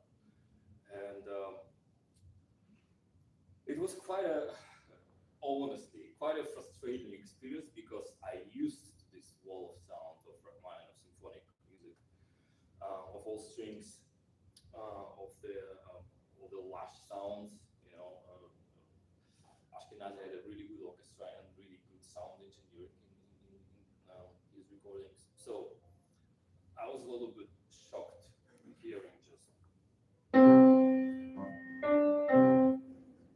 despite of the thing that my teacher really tried to help, but it's just completely different story. But nevertheless, we continued, and seems like during school years and later on conservatory years as well, there were not too much discussions. What is the role of the soloist in the instrumental concerto? How piano can play different roles? How can it lead? How can it be a very tender and attentive accompanist? The beauty, I think, of the piano concerto in general is that piano is the only not purely orchestral instrument. It's really different. Like violin concerto or cello or oboe and horn concerto. There are instruments in the orchestra, so it doesn't sound that unique, but piano has its distinct voice always. And it's very versatile voice. It's very different voice. And again, we can assign many layers, many roles to the piano part. And Rachmaninoff is probably one of the best examples how piano part can transform throughout the concerto. But those discussions were never done properly. What I remember, maybe it's just my memory, but I think this is what still happens, is that soloists should lead. Soloists should always lead. Dictate the tempos, dictate the dynamics, kind of, pull orchestra with him or her all the time. That's why usually dynamics it's much more louder than it's written in the score even, just because we tend to think that our role is to basically pull all this huge amount of people with our ideas together. And it seems like this sort of thinking leads to one interesting outcome when you actually meet the orchestra on stage for the first time. My first time I was like, it was again my second after quite a few years after I first touched it. It leads to some sort of ignorance in the orchestra listening to the solos, because we do not communicate much with them. We do not interact with them enough. We do not listen to the orchestral musicians there enough. And they basically pay us back with the same sort of feeling.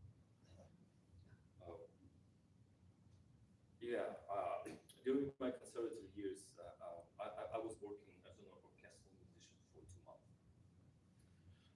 I decided to try what is it. We played some cinematic music. I played piano, orchestral piano, and celeste sometimes at the same time. At some point, I had to accompany a singer. So it was the piece for a voice, orchestra, and piano. Of course, piano was where all the percussions are, way behind. And then I realized for the first time how is it to be an orchestral musician sitting there, almost without a clear understanding what the singer is doing. It was too far. The voices projected completely different way, opposite way from your ears. I understood all the brass why they're always late, because they do not know where you are. It's impossible to hear the solos. It's physically impossible.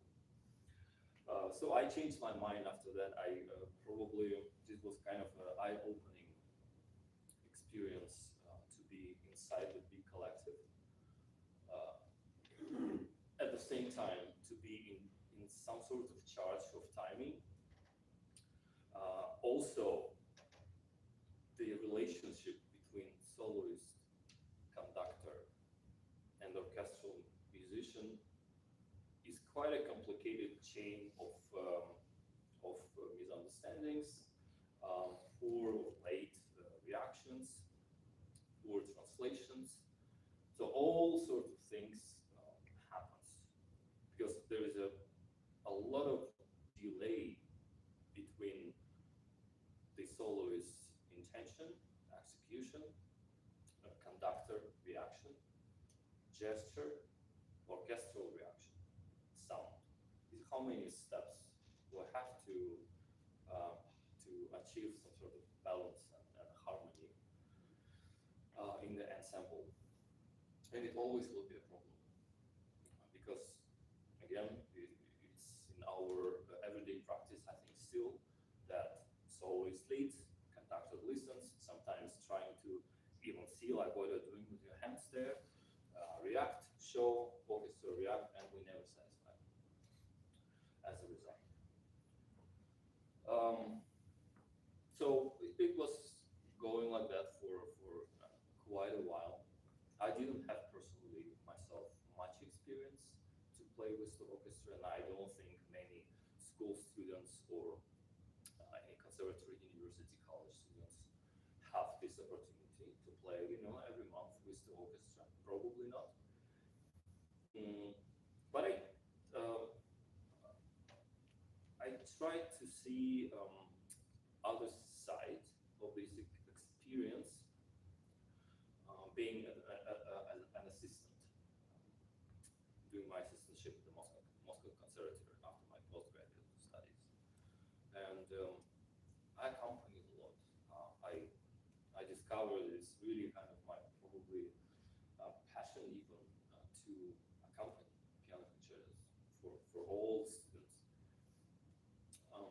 We had like sort of class evenings once per semester. Usually I was the guy who is ready to play with everyone, no matter which concertos. And I found out that the orchestral part, written for second piano, is usually quite, I would even say dumb. It does not reflect or translate properly what kind of sound orchestra projects. It's so far from the reality, and our poor students, being in such circumstances, hearing only second piano, this kind of very, very limited and completely different world from real orchestra.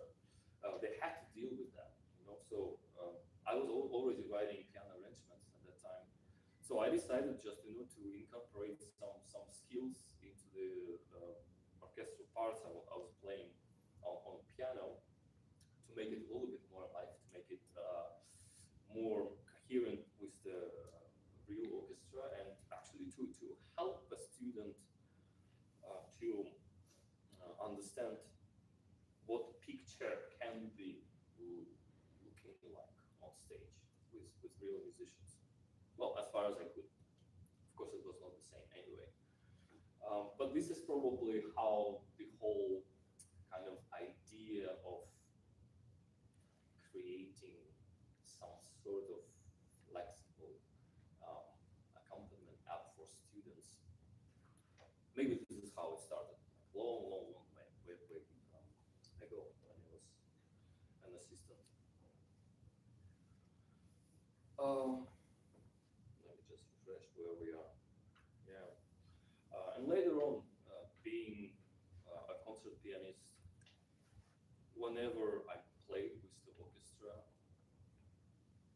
you probably will all agree with me that it never feels enough. Sometimes it's one rehearsal, sometimes it's no rehearsal at all. We just go on stage and communicate as it's unpredictable. It has its charm, and sometimes just because of those circumstances, you let it go, and orchestra too, and the conductor, because you have to do somehow, you have to deal with that, with the situation. And I still remember a couple of such experiments led to quite an exciting and inspiring performances, because we were on the same page. We were reacting to each other as much as possible, because that was the only way to survive the performance. But anyway, it was never enough. I felt myself quite different when I asked my professor, for example, to accompany me on the second piano, or my friends, and then first rehearsal with the orchestra. Doesn't matter how many times I played this concerto before. After a while, it's still fresh. If you don't play that for a year, for instance, or a couple of years. It's very interesting experience on stage, because in the class, in the small room, right, even second piano can fulfill the space pretty much okay. But on the stage, especially bigger stage, piano is in front, the orchestra is behind. If acoustic is good or challenging, you feel kind of lonely on stage. You don't feel much connections with the musicians, sound-wise, even, and dynamic-wise. And you have to know how to deal with all these balances, because audience in the concert hall hear a completely different picture comparing to what you observe being on the stage. And I didn't know how to learn it.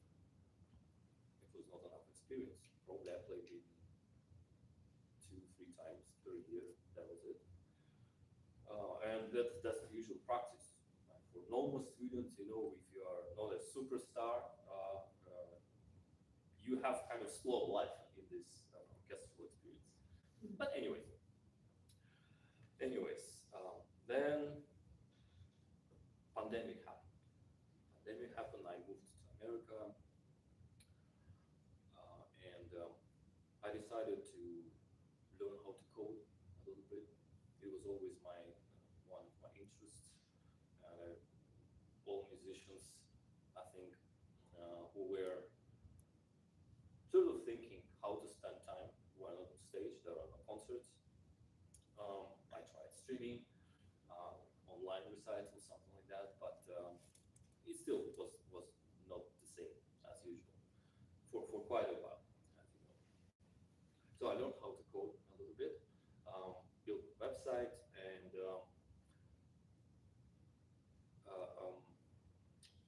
I was preparing at the same time for one of the performances with the orchestra.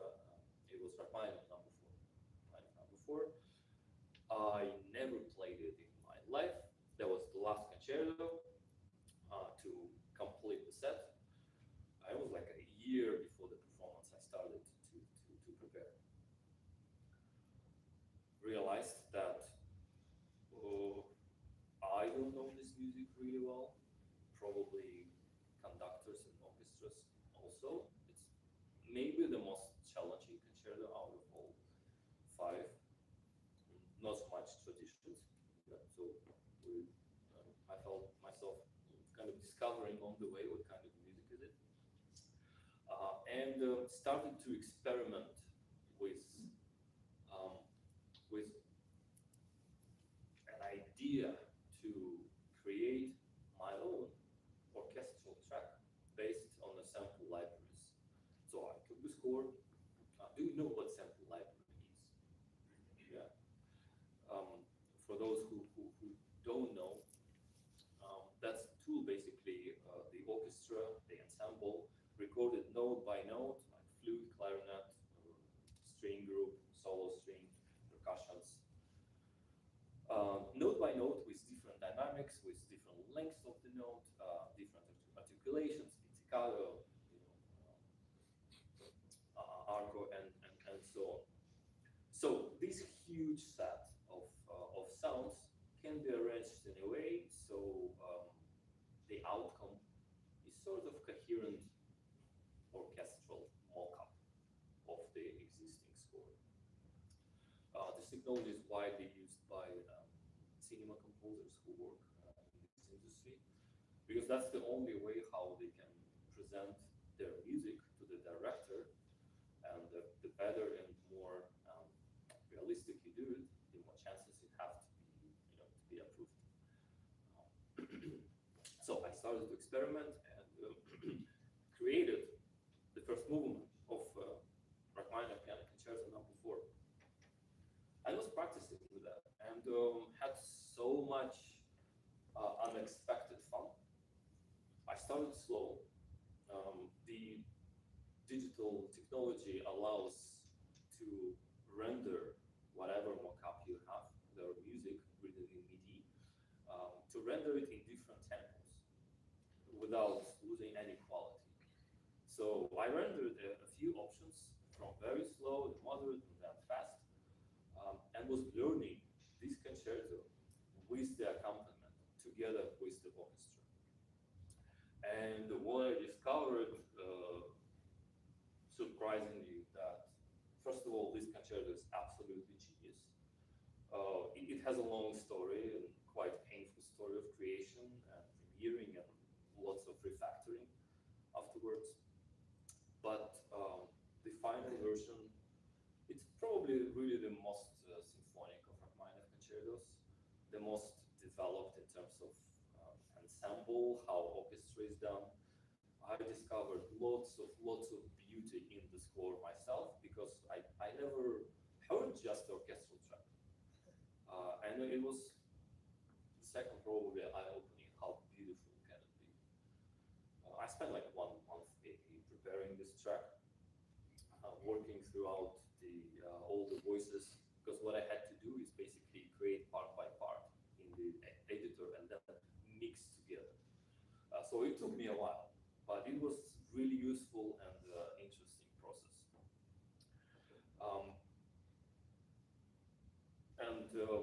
I actually played with this orchestral track in Miami. What year was that? 2022, I think. Miami Piano Fest.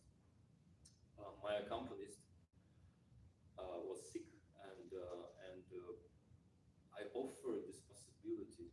Why don't we try to play on the stage this concerto with speakers, with the whole speakers?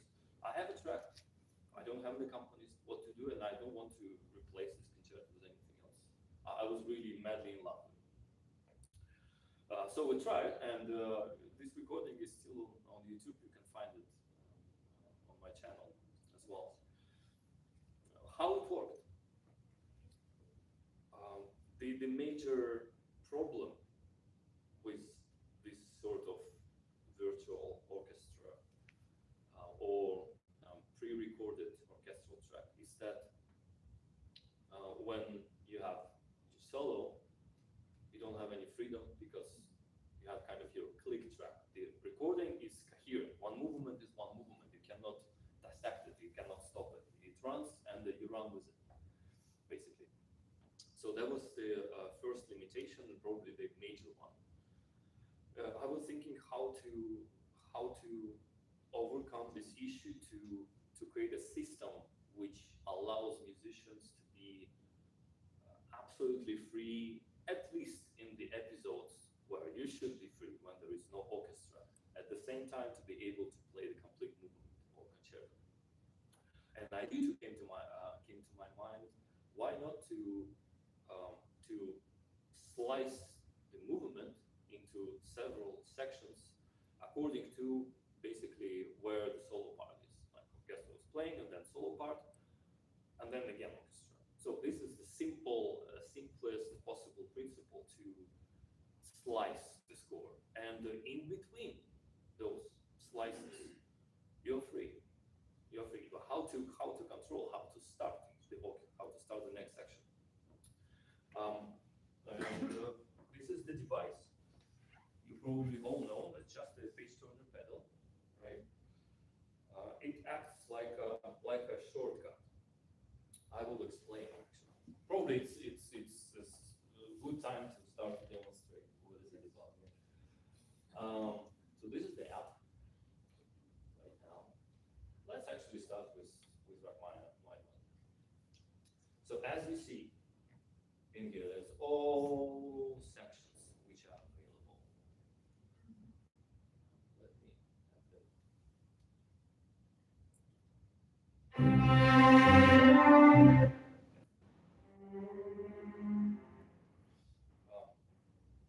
So the sounds you hear, that's not real orchestra, as you understood. It's based on sample libraries and some synthesized instruments.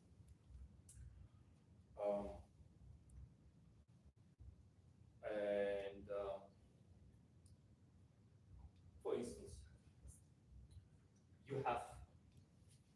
you can hear, right, what's on the display. I can select, for example, different tempo for any of the sections. If I'm just learning, practicing, I can select maybe this one. Let's see.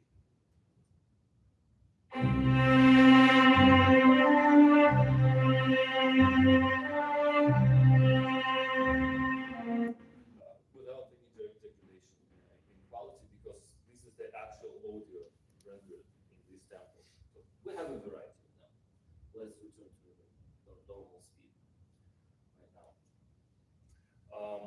Now I'm also working on a system where you can basically define kind of your own rubato. It happens in here. It's an experimental feature right now. And basically, this line represents. I can delete it temporarily. Represents original track. and the yellow line is my own rubato. So I will demonstrate what it does. Let's play it in original way.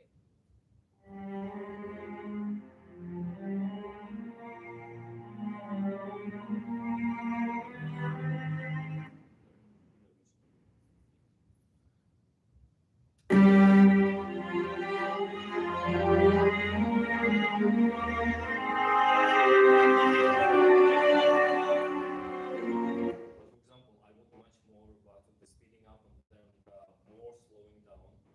What we can do is to adjust the tempo curve. For example, like that.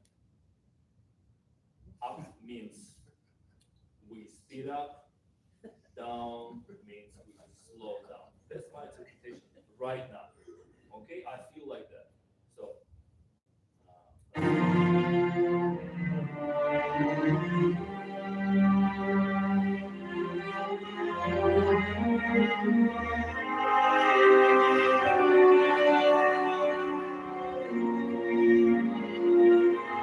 so on and so on and so on. So it's kind of it again awakens your imagination and makes you think what actually you want as a soloist in the melody, because you already kind of feel yourself in charge. How to shape it? What's good? What sounds good? What sounds natural? What doesn't? You can experiment with different curves, with different tempos. Let me return actually to some normal curve right now.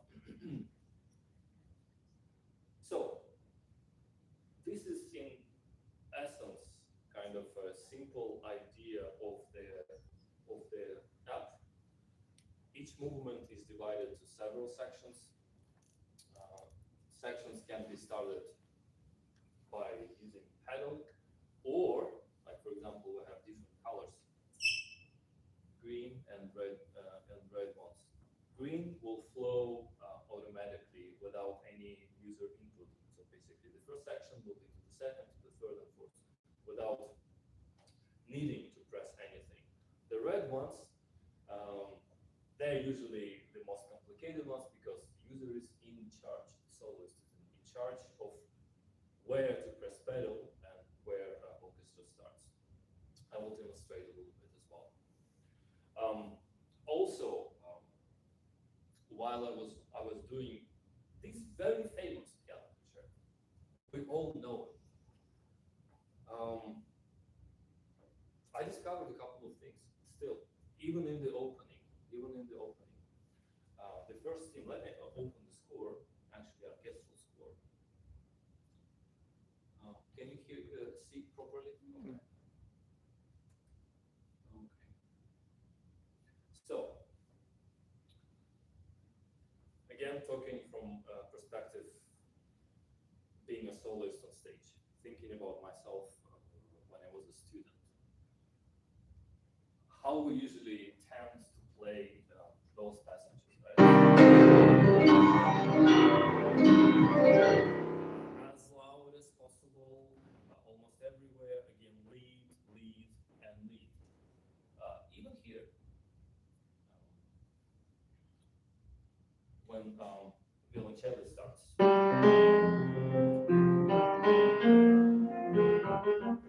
If we compare the instrumentation of how it's written in here, when the first theme comes, right? The first violins, the second violins, viola, plus lonely clarinet for no reasons, but still, it's there.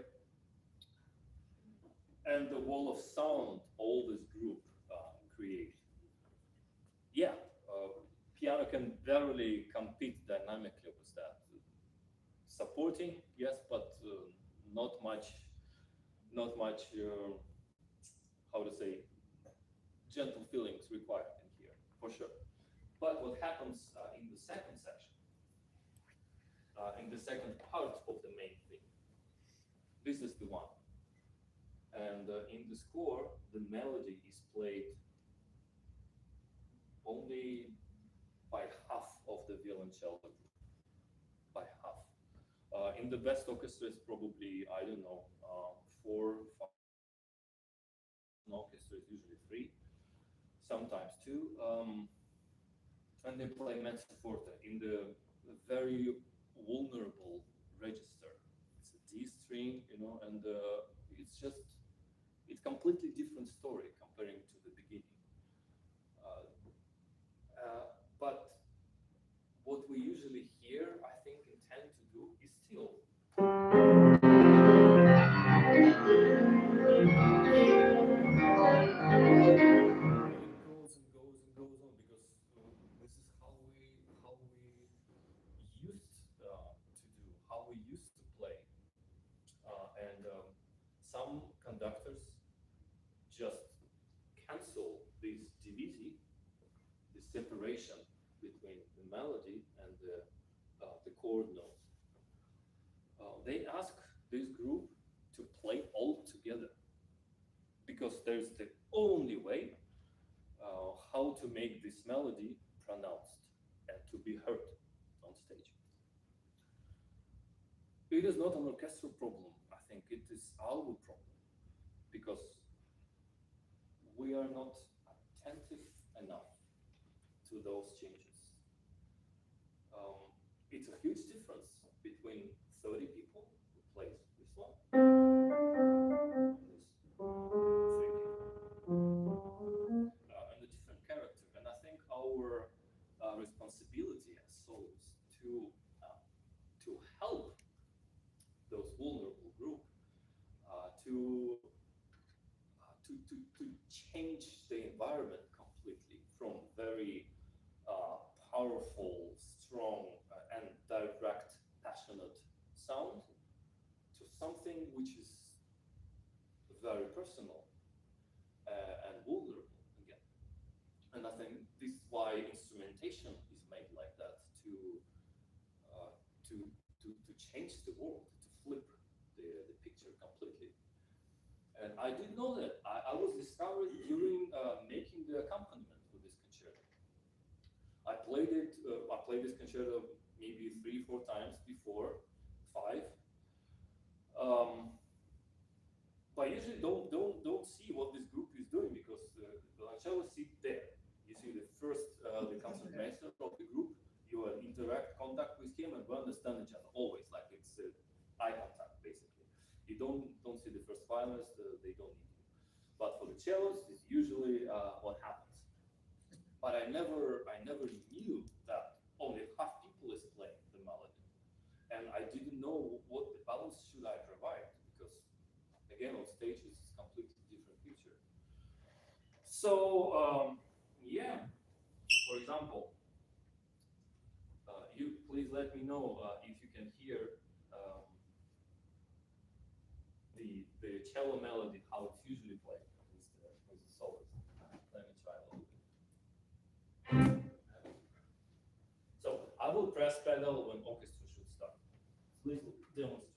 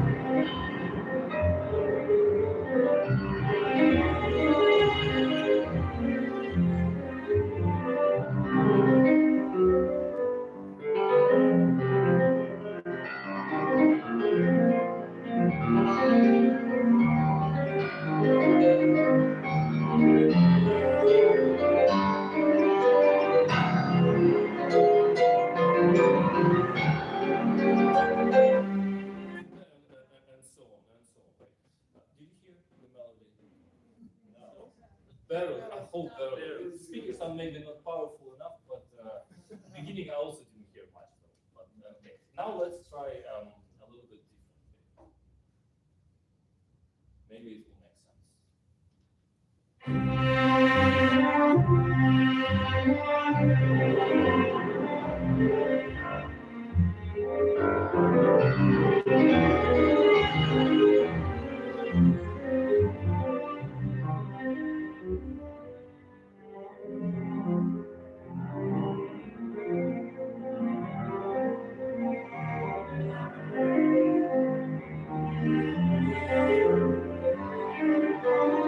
And so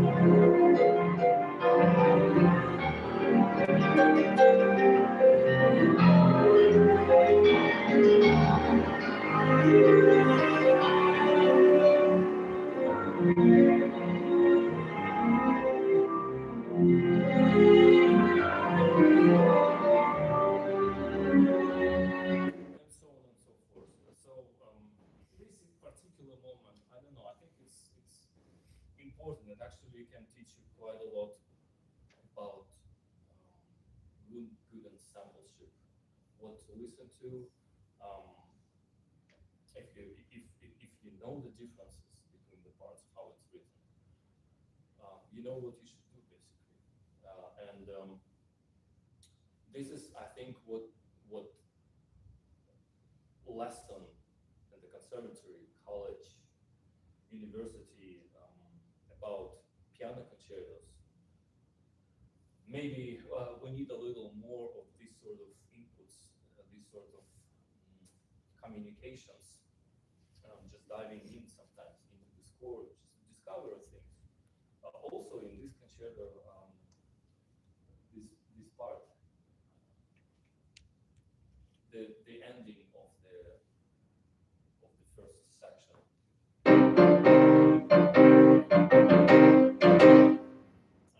You see the score, right? You see the score. This is the moment I just played. You see one person is doing completely different things comparing to the whole orchestra and piano. Who is this person? If you can see. Timpani. Timpani. Yeah. Have you ever heard timpani there doing?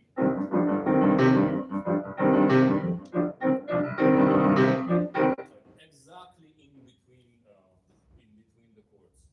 I think it's such a cool part, honestly, and it drives the. First of all, it drives the accelerando because that's the how you call it, the divisions, right? The smaller, so usually, again, how we being taught, the person with more notes is in charge of speeding and slowing down.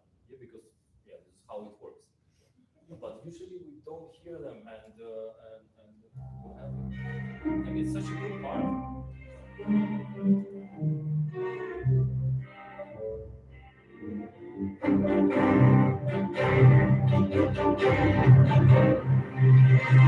Maybe not emphasized well. I should do it more. But when I talk to conductors about this particular one, because I personally love it. If it's there, if this timpani is there, there is no mess in this place. There is no possibility for the soloist to just suddenly out of the blue just accelerate without much reasons. I think this part can stop it actually and create quite coherent picture. So anyway, I will continue with the demonstration. So we're done with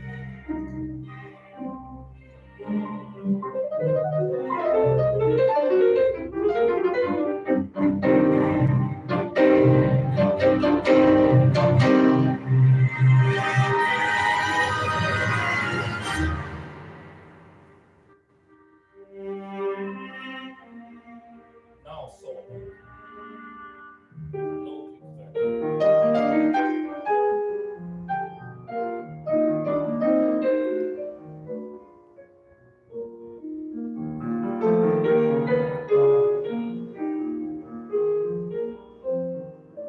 When I'm ready.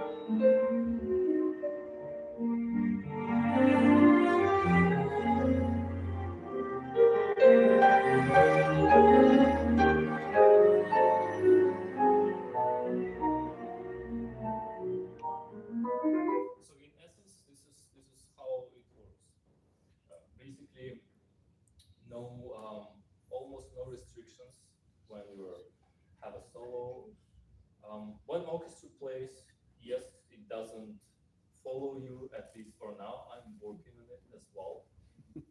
But let's be honest, in real life, sometimes orchestras do not listen to you either.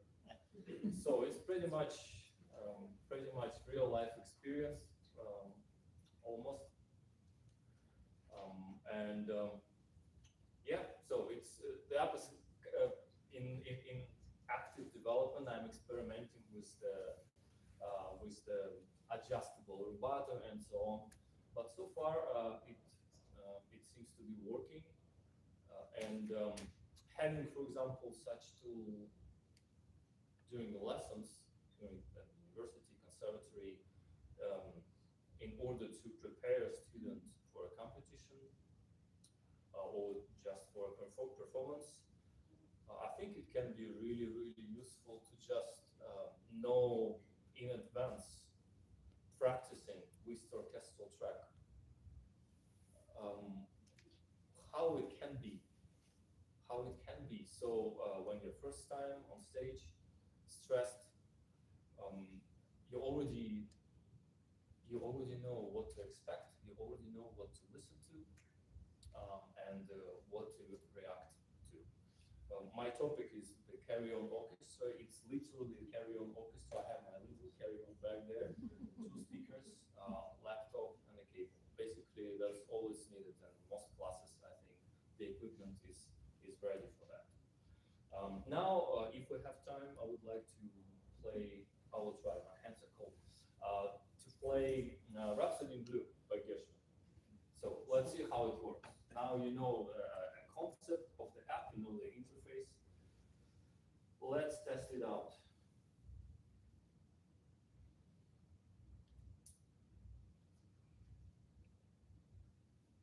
Let's test it out.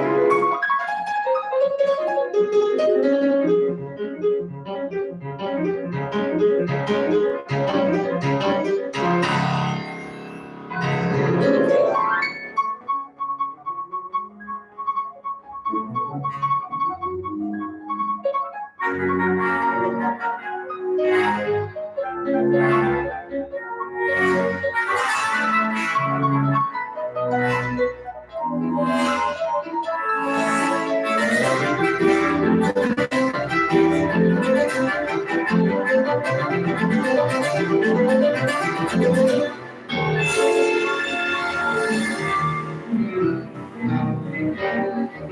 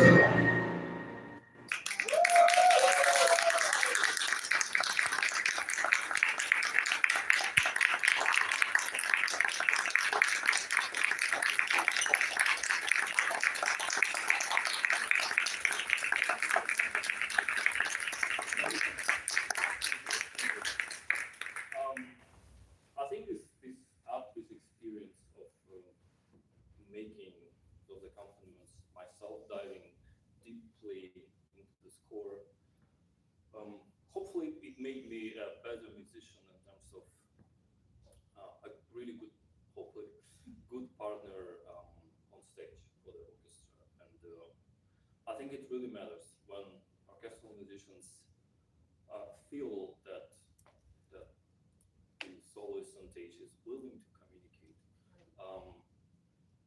knows how to communicate, knows with whom communicate. They answer differently, they play differently.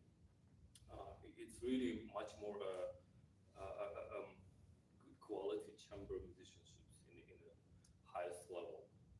And I just need to add that the app is not a replacement for the orchestra.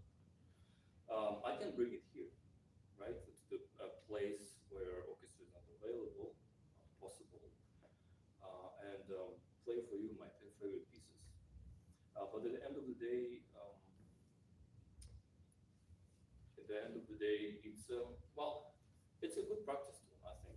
I personally enjoy very much refreshing piano concertos I already played, or learning new ones. It's different quality of life. If you have access to the accompaniment of the orchestra basically whenever you want, whenever it's necessary. And I feel myself much safer on stage playing concertos we didn't play for a while, or premiering some concertos as well. It's a different story, and I hope that please ask me questions after the show if you have any how to use it and so on. I would be really happy if this tool is incorporated in the everyday lives of students, teachers, because teachers maybe they won't need to anymore.